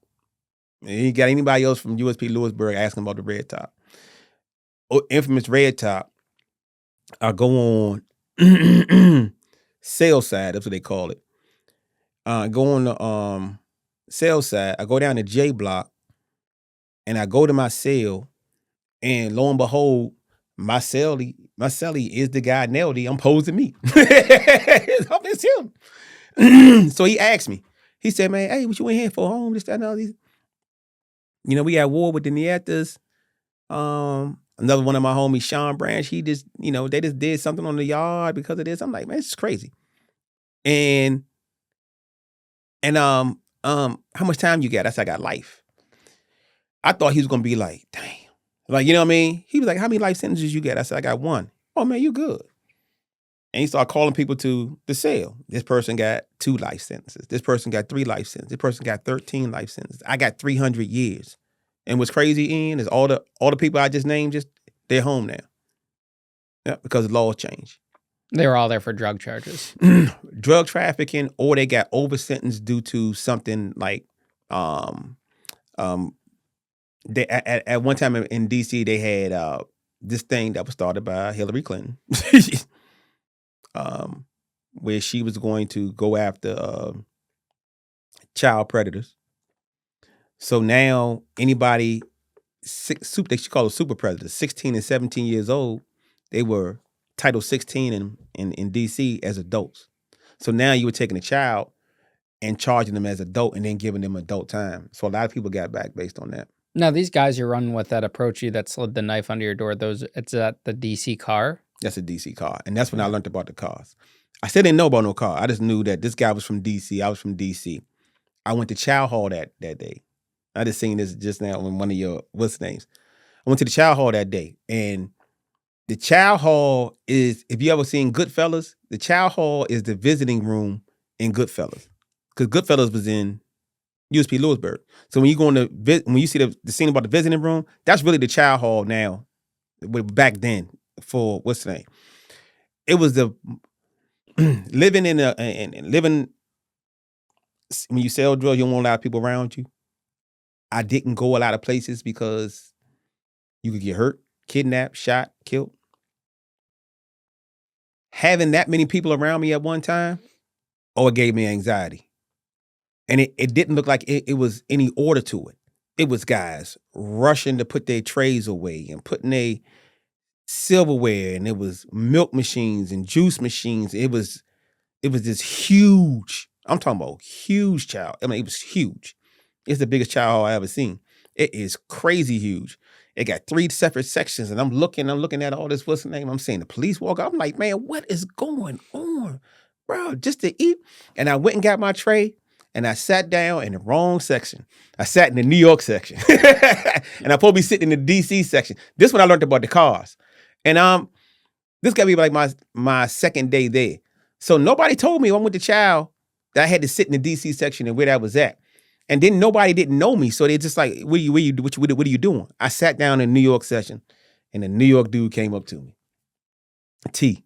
He was like, where you from? And I'm like, I'm not answering no questions. Where I'm from. Why? You know what I mean? So the guy that I was in the hole with, he was out. He's from New York. He's like, oh, I know him. He's from Virginia. I keep telling you I'm not from Virginia, dude. You know what I'm saying? I'm from DC. So I tell him, I'm from DC. So the dude say, oh no, DC dudes sit down that joint. I'm like, okay. I wasn't gonna move. I thought I was getting tested. I wasn't gonna move. I'm like, all right. So they're like, nah, you don't understand. So he walked down and got one of my homies down there, a guy named Tony Burgess.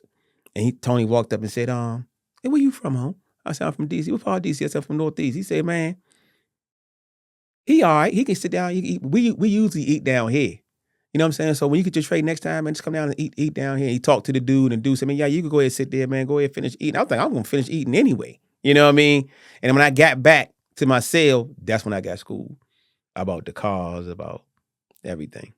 Yeah. Did you witness anything there that lived up to the reputation that prison had that you were describing coming in on the bus?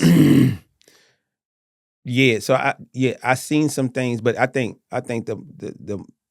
the thing that I witnessed like the most was that the alpha male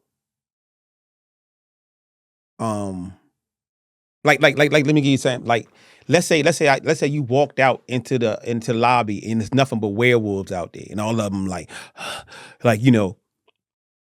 that would be to me more intimidating than somebody one of those actually grabbing you doing something to you. Have I seen violence in there? A lot, a lot of violence. So one of the things I learned was how serious things can get. That every fight is a fight to the death. Um, has the potential to be the fight to the death. Um, you want to keep your circle as small as possible. Usually, the most hate and the most deceitful things are going to come from your people inside your own car, your homies. Um, and there's this super alpha. So just think, I'm in a maximum security prison, Penitentiary, Lewisburg. All these alpha males in there, and there's a hierarchy to the alpha males. So it was some people that was so I felt one thing that I felt one time was that a real sexual predator, it's a feeling with that. Um, there was a feeling when this person used to get worked up. You could feel it like a beast. And you would have to just step to him.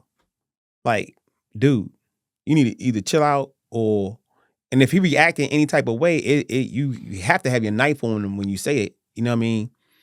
If he respects you, he may calm down, but just to feel, and not only that, just to be around people who thought about hurting you all day long. COs and inmates who woke up every day training to hurt you.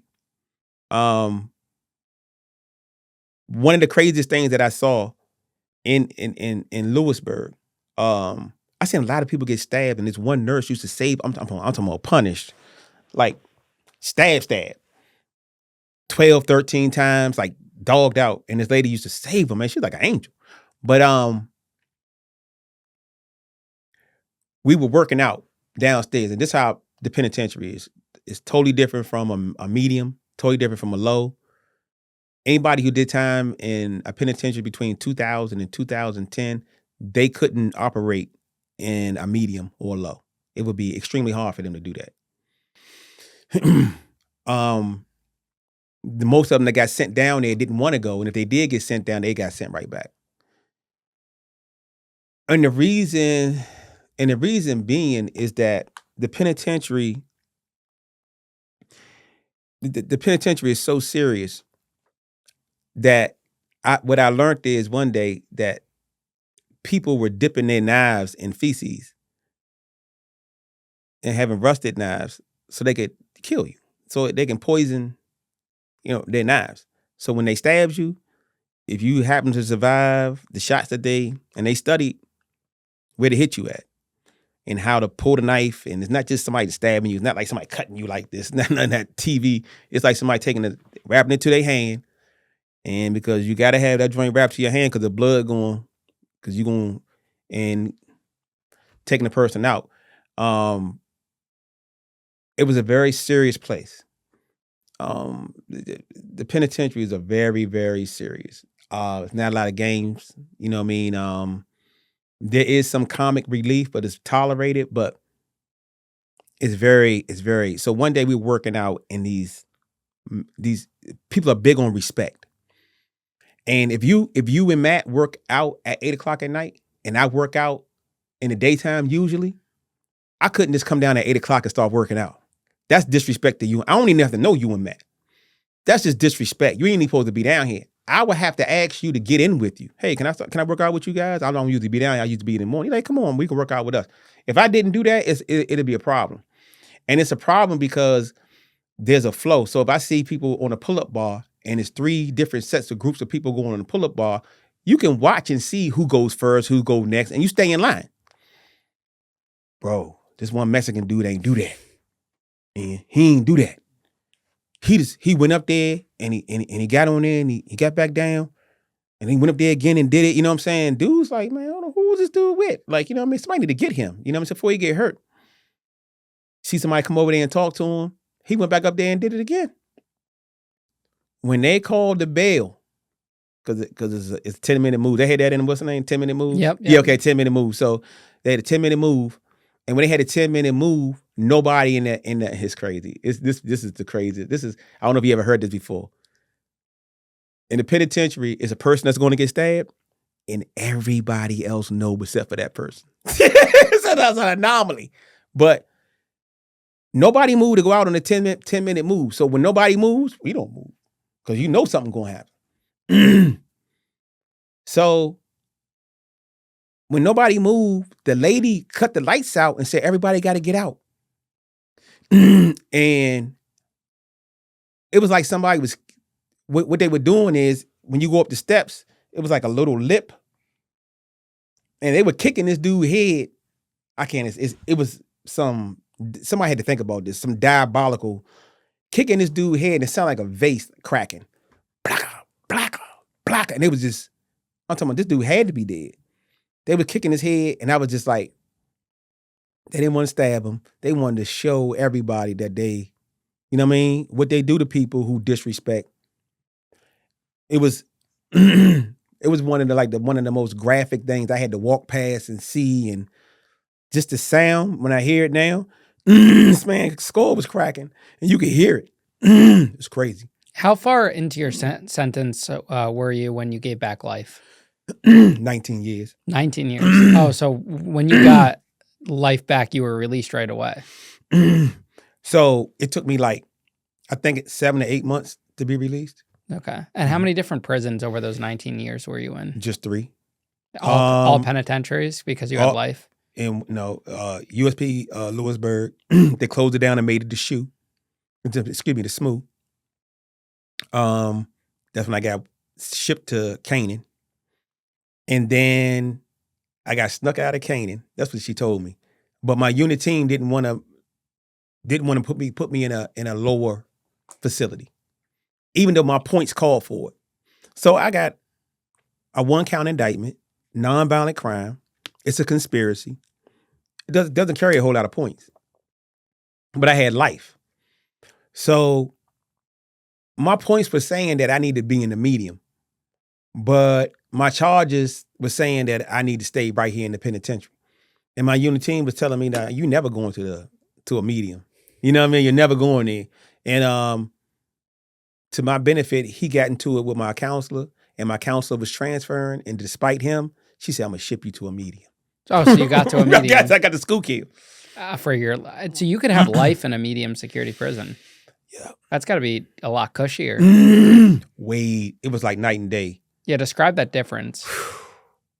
So you don't know how much you miss trees. So, and I'm talking about specifically from Lewisburg, because Canaan, you can see the trees and the grass and stuff but in Lewisburg, it's a wall. It's a fence, and then there's a big wall, and there's towers. You forget how cars look, how trees look, you know what I mean? You forget small things like that. And it has a profound effect on you. Then there's no wall. You can see people coming and going to work. You get what I'm saying? It makes you feel like you're part of society. They had night yard. You know what I mean? I'm like, well, yard on a night. You know what I'm saying? That's not happening even though I heard it happen in other penitentiaries, that ain't happening in Lewisburg. Yeah, no yard at no night. You know what I mean? So it made you feel freer. It was less a lot of things, but then K2 came and they tightened everything back up. So what were the biggest politic changes between penitentiary and a medium? It's pretty much, the politics were made up in the medium. What do you mean by made up? In the penitentiary, there's real politics. If you do this, this happens. If this happens. You can't do this, that, you know. In the medium, it's made up. That's Ian. You know what I mean? You can do what you want to do. You know what I mean? In the penitentiary, it don't care who you are. And I was in there with Willie Falcone, the Cali cartel, the boss of the Cali cartel. I was in there with all types of guys. You know what I'm saying? And they didn't care who you were. They didn't care who you were, what you did. If you crossed the line, they was going to bust you. You know what I mean? In the medium, No, it's not like that. It's a lot more relaxed. You can cook in a medium, right? So they got guys that got what's those things you put in the water? Stinger. Ain't no stingers in the penitentiary. No, I'm using that metal for a knife. You know what I mean? I'm not even trying to get caught with a stinger because where I got my stinger, I got my knife at. I'm not trying to get caught with that. For what? You know what I mean? Like, it's none of that. There's no cooking on no desk. There's none of no cooking on no what's the name. Now, it might have changed now. When I was there, it wasn't none of that because why would I have a stinger? If somebody had a stinger inside the unit, and if somebody probably did, it was put up by somebody like in CMS or something. You know what I mean? And then they would bring it out. You know what I mean? But it wasn't like how everybody just go buy a stinger and then you thought, no. What about commissary? Did it change at all, or is it the same between the penitentiary and the medium? Yeah, so it changed while I was in prison as well, because they went to a whole new system. The old system was great. The old system was the person that was doing your food and your commissary. They would go talk to independent vendors, and you can pretty much get what you want in your prison. Then they changed it all up. But the commissary in the USP is for lockdown. So I shop different at commissary. So I gotta have a lockdown bag because we gonna get locked down. I gotta have a lockdown bag. And you might not have certain things like ice creams, little ice creams they sell, and people buy up everything. So it made a new stock of, let's say, Cheetos come in. And when you go to the store, even though they just came in yesterday, ain't none. You know what I mean? Because the people already put their bid in, on the compound to get as many bags of Cheetos. Usually dudes that own stores and stuff like that. In the medium, it's not like that. Dudes aren't on it like that. You know what I mean? It was just it's totally different. Even though I came from a good food spot in Lewisburg and USP Canaan, the food was always either cold or warm. Now, what's a lockdown bag for the audience to understand? A lockdown bag is when you put soups, probably some chips that you can melt down in the soups, some fish, like ready-made stuff, so that if you stay on lockdown for more than a week or two, or sometimes a month, you will still have food other than those cold, solid boxes that they bologna and cheese, or it look like bologna and cheese that they have, and they're going to give to you. So, yeah, so you can have something other than a brown box with bread. I don't think that's really bread. that bologna that you can see the color that they put in it, and the cheese is not really, Yeah. And those cookies that taste horrible. Man. Now, 19 years in to your prison sentence, Right. What happens? So in Trump passes, Trump makes retroactive the First Step Act. It was previously called the Fair Sentencing Act, FSA. Obama brought it out in 2010. Jeff Sessions,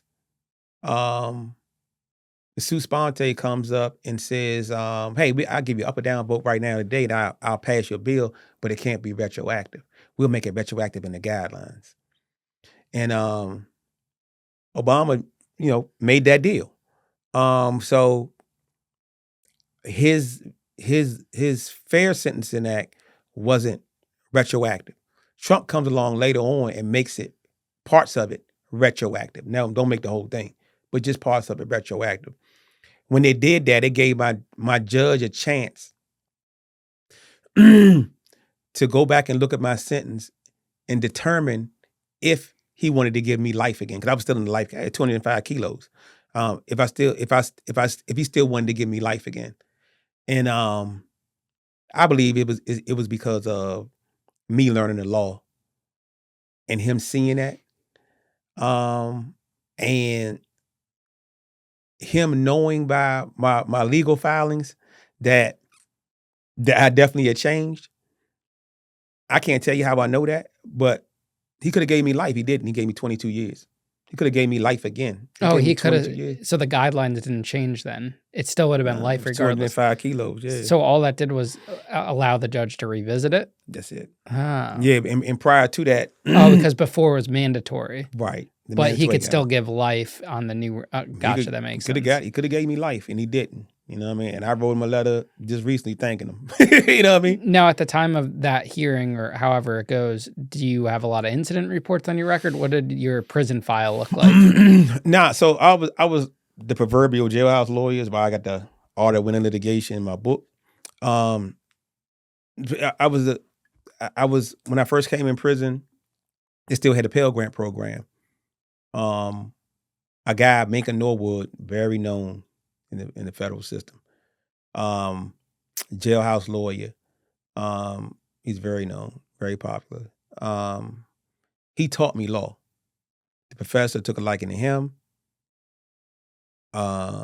He was already like, he's one of those guys that you come down the laundry, he remember your name and your number for everybody that's in there.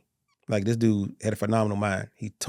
He made a curriculum, taught it to me, and then I taught that curriculum to other people for 8 years in USP Lewisburg. So when I got when I went up for this new sentence, the actual attorney who helped me is a professor now at UVA, and I talked to her law class, but I had asked her to give me 30 years, and she was just like, "No, I'm gonna get you out." You know what I mean? I'm gonna ask for time served, and I was just like, "Man, don't do that." You know what I'm saying? 'Cause my judge is crazy. This, that, and the other. Don't do that. And she's like, "No, I'm gonna ask for time served." I said, "No, ask him for 30 years. You gonna make him mad." And I was basing that off of all the years I've been fighting. You know what I mean? Helping guys out. And being a jailhouse lawyer and helping guys out, I got past this. I'm gonna be totally honest with you. A lot of guys didn't let guys, jump out there with me because I was helping a lot of people come home. Now, were there incidents? Yeah, you're not gonna go through prison and not have an incident. You're not gonna have that. One of the craziest incidences that I had was in Canaan from a guy I thought that was my friend, right? And you don't really have friends in prison, right? But I thought this guy was cool.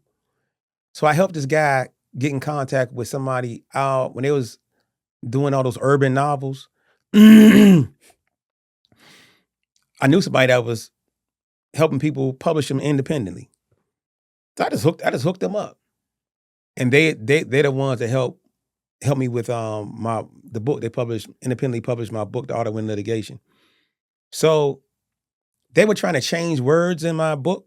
So we were going back and forth because my book is like, it's made for you to follow it so you can help you get out of prison if you don't know the law. It's my winning philosophy. It's not about law. It's about my philosophy about how you win a legal case. So this guy knew I was in talks with them and going through some things with them. And the people that he had over here in his ear who don't got nothing because you in prison was telling them, I'm really talking to them about stealing his book, an urban novel. It was crazy. They convinced this guy this. I don't know how. So he comes in my cell one morning like, you talk to them people? I'm like, nah, I haven't talked to them. I told you I'm beefing with them. You know what I mean? I haven't talked to them. He was like, yeah, but I talked to him the other day. I'm like, that's good. You know what I mean? As long as y'all straight, I'm cool. Because when you vouch for somebody in prison, that's a big thing. You know what I'm saying? So if I'm vouching for you, Ian, and you're independently publishing books, that's a big deal. If you do him wrong, I'm on the hook for it. So he was like, this man, he walked out the cell. I could tell from his demeanor that something was wrong. So let me go and put my shoes on, man, because I don't know what's up with this dude. Because I don't know what's going on with him. So he come back and like, man, you vouch for them people. So now I'm like this, man. Now you questioning my integrity. Now I took it like he was questioning my character. Like, what? And I'm like, this man, close my door. You know what I mean? Because if I vouch for him, we don't need to talk about that no more. They good. So then he leaves and he comes back and he puts his hand in his pocket like this, man, is something wrong with them? Man, I'm gonna stab you up. So once somebody tell you that, you can't let them leave your cell. The dumbest thing I ever did in my life, Ian. The dumbest thing I ever did in my life. And my cellie at the time, I think he was trying to stop it. I don't know what happened. I think he was trying to stop it. But then he runs out he ran out the cell, I guess, to get the rest of the homies to try to stop it. I don't know what happened. But this dude came in there and like he had a knife and me and him got to fighting. And I'm fighting to get the knife out his pocket before he pulls it out and try to stab me. And I end up getting a hold of the knife. This is crazy. Get a hold of the knife. I use his leverage to bend him over the toilet, like push him over the toilet, like. And when I did that, instead of doing what you're supposed to do, which is stab him all the way up, I kind of calmed him down, was talking to him, and gave the knife back to him. Yeah. And me and him sat there and talked, and we got everything like off, you know what I mean? And it was like, wow. This was going on at the same time I was up for commutation. Obama was doing all those commutations. I was up for commutation. So this happened while that was going on. And I'm just like, man, bro, it's like a force trying to keep me in prison. Like, you know what I mean? It's like something that wants to kill me. You know what I'm saying? Because why would somebody close to me knowing what I'm going through, right, with the publisher, have some people that don't know what's going on, talk them into thinking something that's not even true. And then you come at me with a knife. It just seemed like something evil. So you ended up going to the shoe for that? And no, listen, that's even crazy. And I was up for. Remember I was telling you, the lady was trying to smuggle me out the jail. Yeah, I was up. My transfer was in. Ah.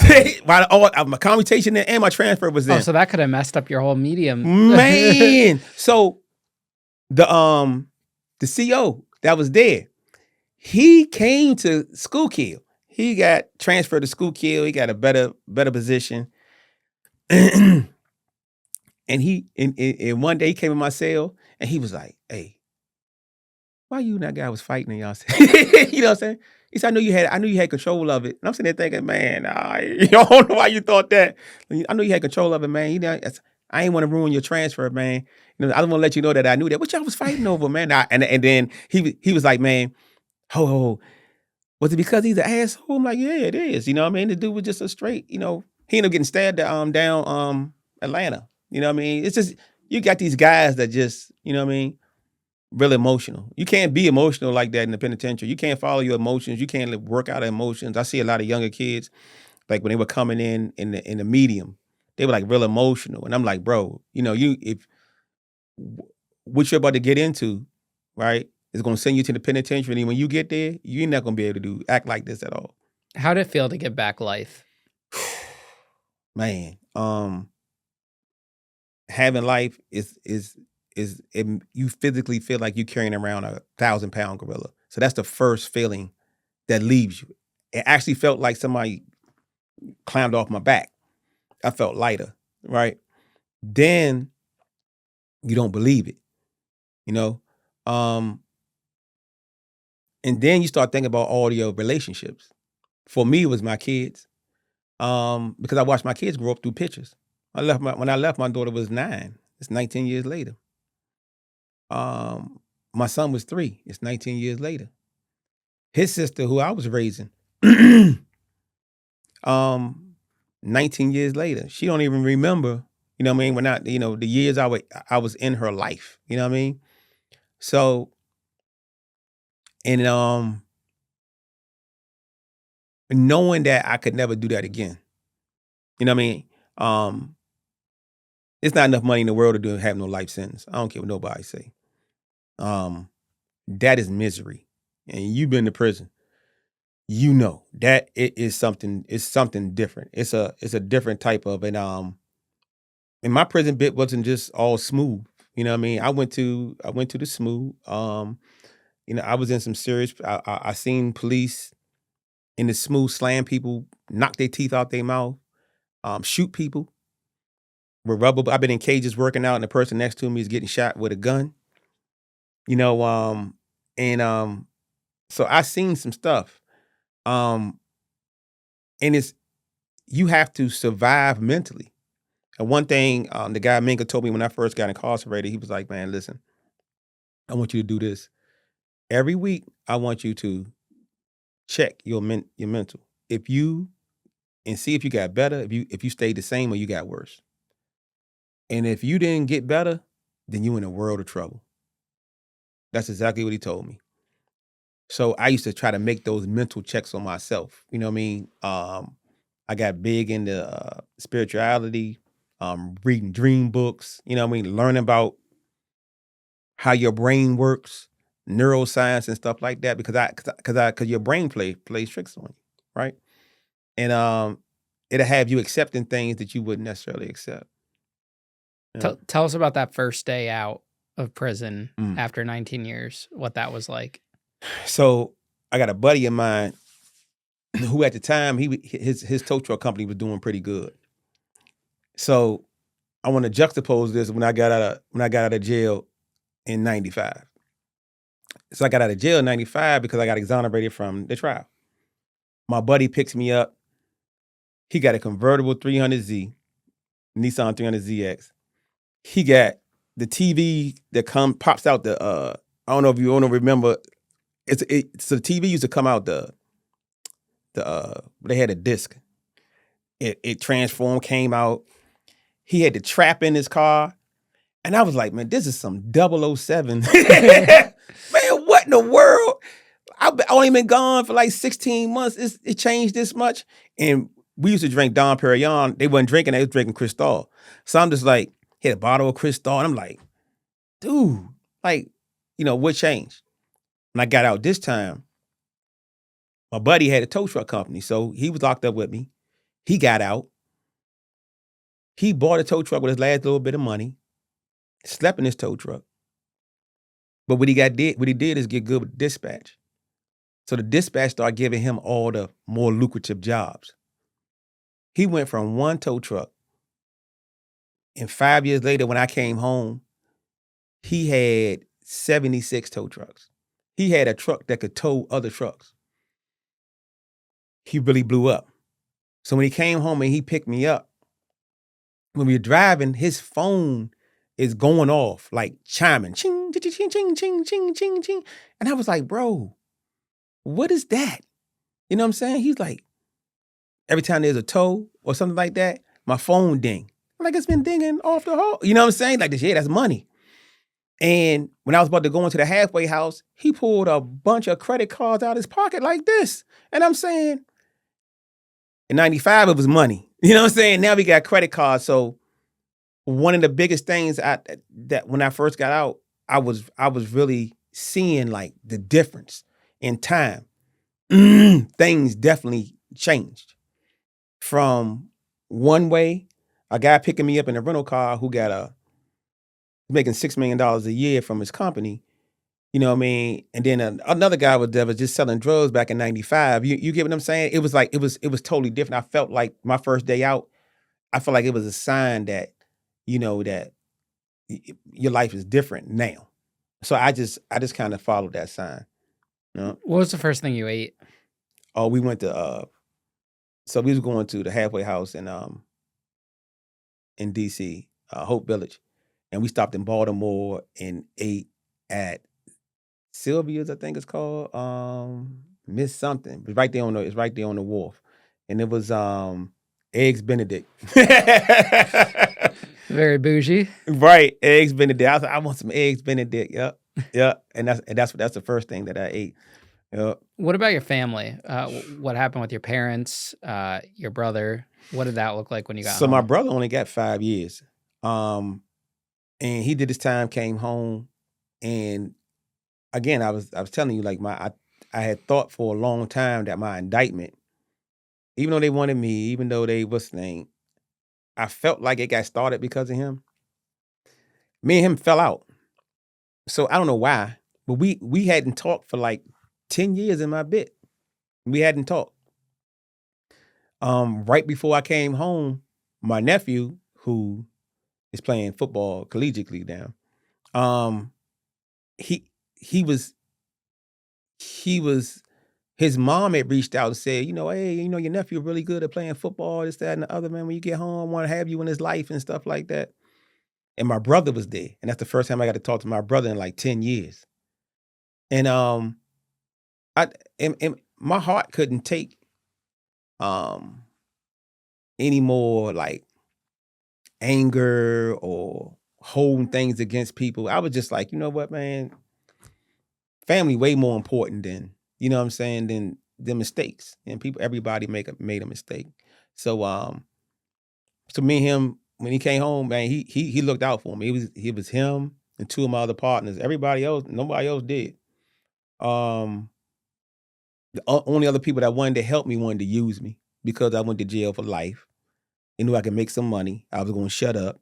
You get what I'm saying? So I'm not going to do that. So I'm not, I know you got a condo and a truck for me, and but I know what that comes with. I'm not being nobody else's scapegoat. Mhm. Yeah. And your parents? My parents were so my mom, my dad like he'd been in the penitentiary before. So I don't know what it is about this dude.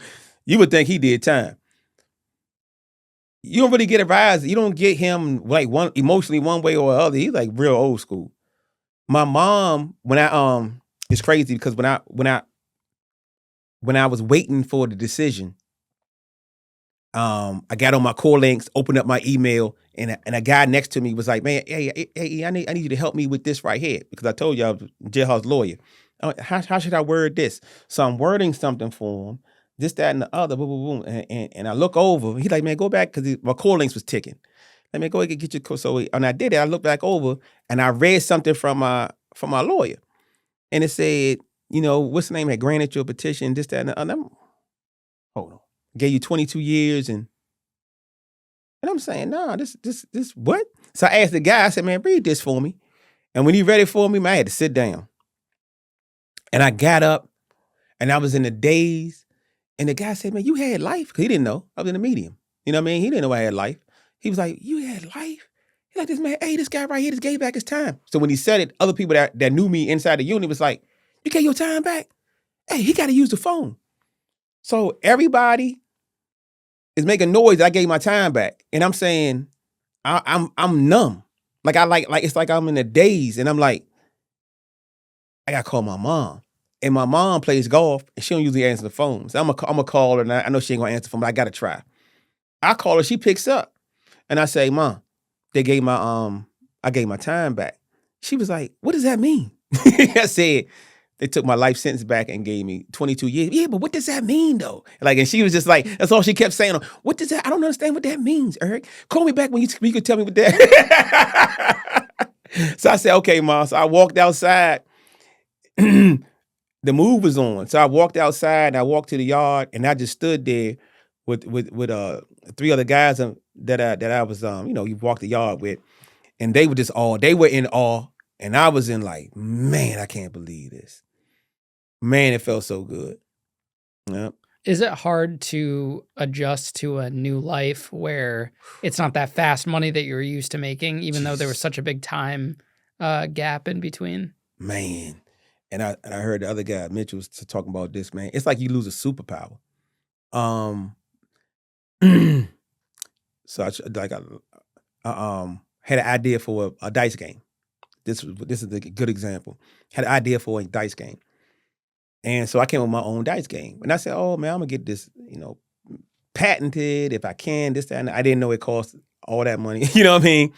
Oh, I'm gonna get it developed. Didn't know it cost all that money. You know what I'm saying? But I got my mind set on something, get it done. But now you need the money to get it done. So now I gotta go out and ask people for money, which is hurting my ego. You know what I mean? And I'm saying, I got an idea. Let me pitch this idea to. That's what people in the real world do. You get an idea, they pitch it, they get an investment, right? Man, I'm going out here pitching this guy idea, and dudes are looking at me like I'm crazy, and people like, second guessing, and they don't want, because everybody can't see your vision. And I start feeling like Like, man, I need to go do something. You know what I mean?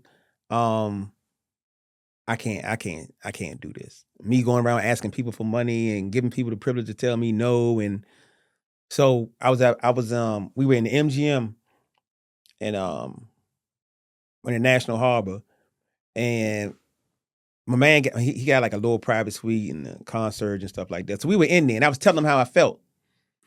And Ian, he told me, he said, man, he said, that's your ego talking. He said, you think Mark Zuckerberg cared who told him no until he got what he needed to get? He said he knocked on as many doors he had to, you know what I'm saying, to get what he wanted to get. He said, man, this is just how it worked. That's your ego talking. You know what I mean? Um, so it kind of brought me down to earth and start, but it's very hard. The transition from prison to the real world is hard. Vulnerability, small talk. You don't do no small talk. You don't do no small talk in the street. You don't do small talk in prison. That'll get you hurt. Um, Social settings, Walmart. That was a huge thing for me when I came home. I couldn't go to Walmart, gave me too much anxiety. It was too many colors, too many little kids, too many people, too much disorder. You know what I mean? People with their carts and everything. It was just overwhelming. It gave me so much anxiety I couldn't even go in there. One of the biggest thing I had to do, I had to go talk to a therapist because Ian, I tried to walk across like it's like you ever been in a park and they got like little bridges that connect from one side to another and it goes over a little body of water. So I'm walking over one of those one time, and in the middle of it, I felt like, in those dreams where you feel like you're falling, so you get down to the ground and you feel like you're stuck. I did that in real life. I couldn't move. I was so scared to be on that bridge. I was stuck. Um, I felt like the bridge was going to fall, and I was going. I don't know what was going on, but I had to get over bridges. Um, and they get me sometime today. Bridges. Um, I couldn't go over them. I couldn't walk over them. I could damn sure couldn't drive over them. I never had that problem before, right? Um, I had got married when I got out, so that was an adjustment. Marriage in itself is an adjustment, but you coming home from prison doing it, oh my gracious. And having somebody that love and care about you that don't know what you're going through and don't know how to help you and they're trying, that's some serious stuff. The penitentiary messes you up. You think a certain type of way in the penitentiary. Um, and when you come home after doing all that time, to me, it's different from because I don't did 16 months before waiting trial. 9 months before. And I guess I don't know, you had a 3-year bid. I don't know if he did the whole 3 years or not, but 3 years and 19 years is a significant difference when it conditions you institutionally. And I'm saying that to say that somebody coming home from 40 years to me is way more institutionalized than I am at 19 years, and I'm institutionalized. Where you get out a prison, and for 18 months, I couldn't walk to the shower without my shoes on. Like I wouldn't walk to the shower without no shoes on. You know what I mean? I wasn't doing that in my own house. You know what I mean? I couldn't watch TV without positioning myself at the door, and my wife at the time was like, "Man, dude, like, you know what I mean? Like, um, wanting to do small things like it's 1 o'clock in the morning. Let me go outside because I'd never been outside in 1 o'clock in the morning in almost 20 years. You know what I mean? And needing your time to think, right? Because y- y- not everybody can find success when they leave prison. Like you saying, you like I watched you. You said you was in the grocery store, but people really didn't know you can come up in the grocery store, right? And not everybody can figure those small things out. Everybody has to. I got a friend, so his name Billy Lightfoot. He's supposed to been on my case, and me and him had a falling out because he was just doing too much. He was buying Jaguars and Lexuses. He was doing bringing too much attention to himself. And he had went, and me and him were split apart. He was just too high profile, too turned up for me. That's not me. So he goes to New York thinking he could solve his problems, get into something. A murder and an attempted murder. He did 25 years not being from New York in the New York system. He just came home. And he is struggling mentally. He straight called me during the Christmas holiday struggling mentally. And I thought that took a whole lot of courage because a lot of guys don't do that. I'll call a lot of guys and be like, hey, man, make sure you know, because when you come home, man, you don't want to this and that. I'm all right. So could you sleep when you first came home? Yeah, I was good. I wasn't. You know what I mean? How you did more time than me? How are you good? Tell me your secret, because when I first got out of prison, the first 2 days I was out of prison, I didn't sleep. I think I slept 2 hours and 2 hours. That was it. I could barely eat, you know? It took me like almost a month before I could actually get a regular 8 hours of sleep. That's for me coming home from prison. And till this day, you know, I don't go a month without not being able to sleep 8 hours because of me having dreams that either I was in prison or I'm getting out of prison or something about prison, you know? So. How have you been able to rebuild your life since coming home? What does your life look like now? So I had made a promise to my godmother that I wasn't going to sell drugs anymore. She had wrote me a letter. I told her that. I told her this. I told her that I wasn't going to sell drugs. And if I ever did sell drugs, I would disappear. You know what I mean? I don't see how you can make, I don't see why you would take the risk of selling drugs living inside the United States. I don't know why you would do that. Because they give you so much time. You know what I mean? So you have a 4 or 5 year run, you make all this money.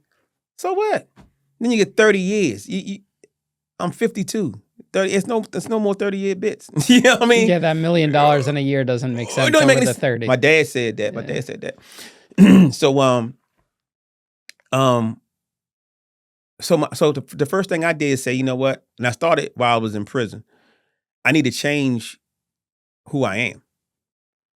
Because if all my best decisions got me a life sentence at 27 years old, I'm making the wrong decisions. So I started in prison changing my mentality, changing my what's the name. One of the things that helped me change, and it's crazy, is that I saw Miguel Rodriguez washing dishes, and that's the head of the Cali cartel, him and his brother, right? Me and him was on the same tier. Me and him used to talk. He didn't speak English, but I just talked through this and a little interpreted. But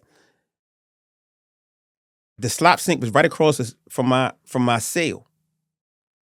And one day I saw him washing dishes in the same slop sink that I wash dishes in.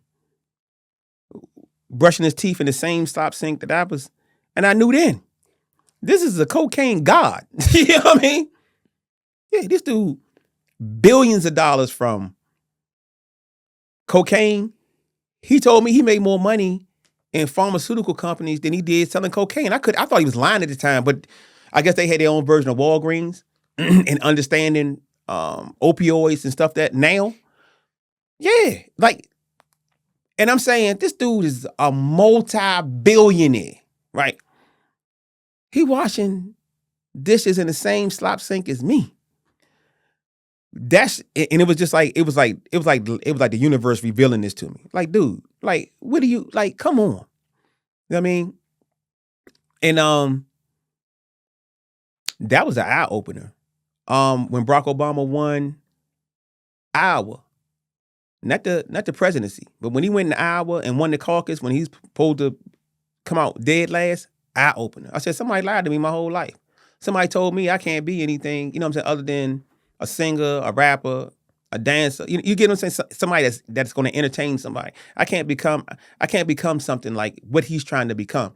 And I knew, and it wasn't nobody that didn't look like me. It was people that looked just like me telling me that. That's when I knew, oh, they tricked me. I would never sold drugs if I knew I could be the president. And I'm telling the truth. I would never did it. And that gave me an eye opener. And just me having one time it was a situation where a friend of mine told me I should have robbed somebody and killed them, and I didn't. And I knew that when I said that I didn't do it and that I wouldn't do nothing like that, that it made me a target. Because then I knew I wasn't ruthless enough to be in this. And the person that I was talking to was ruthless enough to not only do that to him, but to do it to me. And when I that whole culmination of that and watching my mom come up, hurt, seeing me in prison, whew, that's mean. Watching my daughter come up, don't want to come see me. My son don't want to come see me because it hurts too much. It's not that they don't want to see me. It hurts too much to leave. One time, my son told me, man, bro, it brought tears in my eyes. He like, hey, Dad, we about to leave the visit. He was like, hey, Dad, I was in Lewisburg. He was like, hey, Dad, look. He a little kid. He's like, look, I've been talking to the CEO. And he cool. He gonna let you out. Just get in my pocket. And I'm gonna walk you out the what's name. Yo, whoo, you talk about going back to your cell. Man, out of it. I was out of it. I was so angry and hurt and like I disappointed this little kid and you know what I'm saying? This disappointed my family and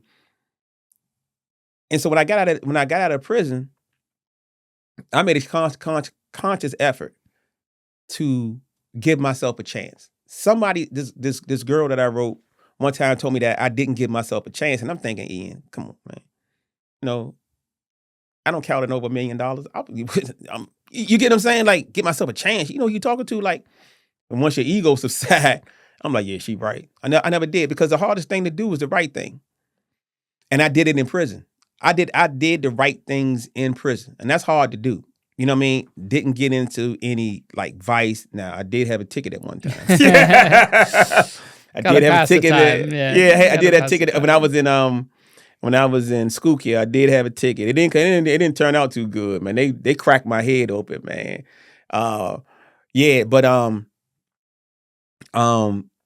And so in my mind, I was like, you know what? I'm gonna give myself that chance. Because I mean, for real, if you want to fall back on what you already know, you got plenty of times to fail. When you get tired of failing after all the times you fail, then you go back to what you want to do. That's if you want to do it. So that's always an opportunity for somebody who wants to take those type of chances. So this, I said I came out during COVID, so it was get my paralegal certification. I had the opportunity of meeting a phenomenal attorney, Brittany Barnett. She helped get Alice Johnson out with Kim Kardashian. Her and Kim Kardashian are tight. She just started her own law firm, Brittany. And I got the intern as a paralegal for. Dope, right? This woman is phenomenal. She's a phenomenal woman. So when I was in the halfway house, they kept saying, man, use your translatable skills and you know, get certified in your translatable skills. What's translatable. So I said, man, every single day, I was the I was the peacekeeper. I wasn't a peacemaker. If you come to me with a problem, I'm gonna find a way to keep the peace because I'm trying to go home to my family. It's nothing unless somebody was actually trying to hurt me, right? And it was a couple guys that I had to walk around with a knife, you know what I mean, and be ready to stab them because they were just miserable. The penitentiary got a different type of misery. People wake up just one day just miserable and just want to hurt you for no reason. You don't have to do anything to them. And so I got my certification in mediation. So then I started working for a nonprofit and got certified as a cognitive behavioral therapist. And I go into prisons and I teach guys the 7 habits of highly effective people and how to be effective and make, you know, this basically your life is about the conflict, and then the decisions you make from that conflict, and it's a gap between. And so I teach that. You know what I mean? So I I pattern my life to change who I was first, get into the community instead of thinking how I can sell kilos of cocaine in the community, how I can help the community, right? Um, it's the same mindset, just a different energy. And then I got asked to run for state senate, right? The the president of the NAACP in the chapter where I'm at, she asked me, you know what I mean? Like, this person gonna run on the poll, you should run. I'm like, man, I've been incarcerated before, right? And I really was a gangster. You know what I mean? I really was out there. I don't know if I'm the right person to try to run for state senate. But then I started looking and I started saying, man, why not? You know what I mean? My own brand of politics is for the community. I just changed. I just set my mind to change my life. Now I'm telling you, I got tested before. When I first came home, Tyson Fury and Deontay Wilder was going to fight before COVID shut everything down. And Deontay Wilder, a buddy of mine, was going to the fight. I'm in the halfway house. So he called me like, well, we're going to go to the fight this weekend. And I'm saying, how are we going to do that? It's in Vegas, number one. I'm in D.C. Don't worry about that. I said, bro, I can't hop on no plane. I don't have an ID. Oh, no, I can get you an ID. Don't worry about that. Like, what? You know, and we're going to go out here and have fun. Bro, I can't leave the halfway house. How am I leave the halfway house? Oh, nah, you know, such and such. That's, what's the name? That's my girl, Peoples, man. I already paid her, man. You good. She going to let you leave. For the weekend? She going to let me abscond for the weekend. You know, and then COVID happened. I think that's what saved me, though, Ian. You would have went back to prison? I think I would have went back to prison, not because of that, but because I'm back in that lifestyle. Mm. You get what I'm saying? Just that quick. And you got to turn down stuff like that. That brings you back in that lifestyle. You know what I mean? That open your doors. Like who you have around you. Who you have around you is indicative of who you are. That's true. You know what I mean? So. Now, this knowledge you have now, this newfound life, do you think you could have achieved that with a lesser prison sentence? Oh, my God. Absolutely. How many years do you think? For me? Yeah. Fair? At least about 15. Oh, so only 4 different? I mean, me getting 15, not getting life. So 15, I do like what? I'm 10? saying actual time in Oh, there. you know, to me, I don't think you do for even the most severe situation. I was of a severe mindset. 10 years is the maximum amount. Giving somebody 20 years is really taking away who they actually are as a person. 10 years is a long time. 10 years is. So I thought they were going to offer me a cop for 10 years. I was going to tell them no because I was thinking I can't do 10 years. You know what I mean? Like, 10 years is a long time. But after going through prison for 19 years, not knowing if you were going to ever get out, I never woke up except for the last 9 months of my bed knowing that I was going to get out of prison. I always woke up thinking, the reality says I'm going to die here.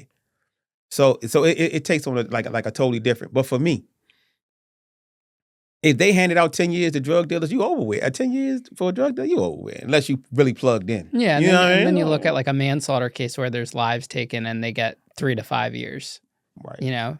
Or other cases where they get less time for that for craziness. You know what I'm saying? Fraud cases where they take all this money from people and it's just ridiculous. And you ruin people's lives. Yeah, I mean, you have to look at it like they say drugs ruin people's lives, which is true. But what about the people that steal, say, $100 million, ruin people's lives, maybe even worse than drugs if those drugs didn't specifically kill someone. Right. And they get a fraction of the time. That I never thought that was fair. Yeah. When I got life, this is gonna be crazy. When I got life, the guy, it was a guy who was working with the Taliban. He got 20 years, a U.S. citizen. Right. Now check this out. One of my first conversations with Miguel Rodriguez was that, how did you get 30 years? And I got life. I asked him that. You the head of the Cali cartel. If there's any conspiracy, my drugs had to come from somewhere, from your cartel.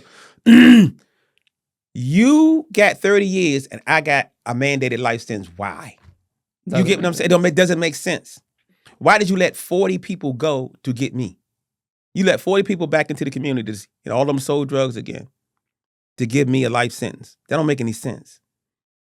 What would you tell your teenage self before you ever picked up a drug to sell? If you were sitting across from him right now, what would you say to him?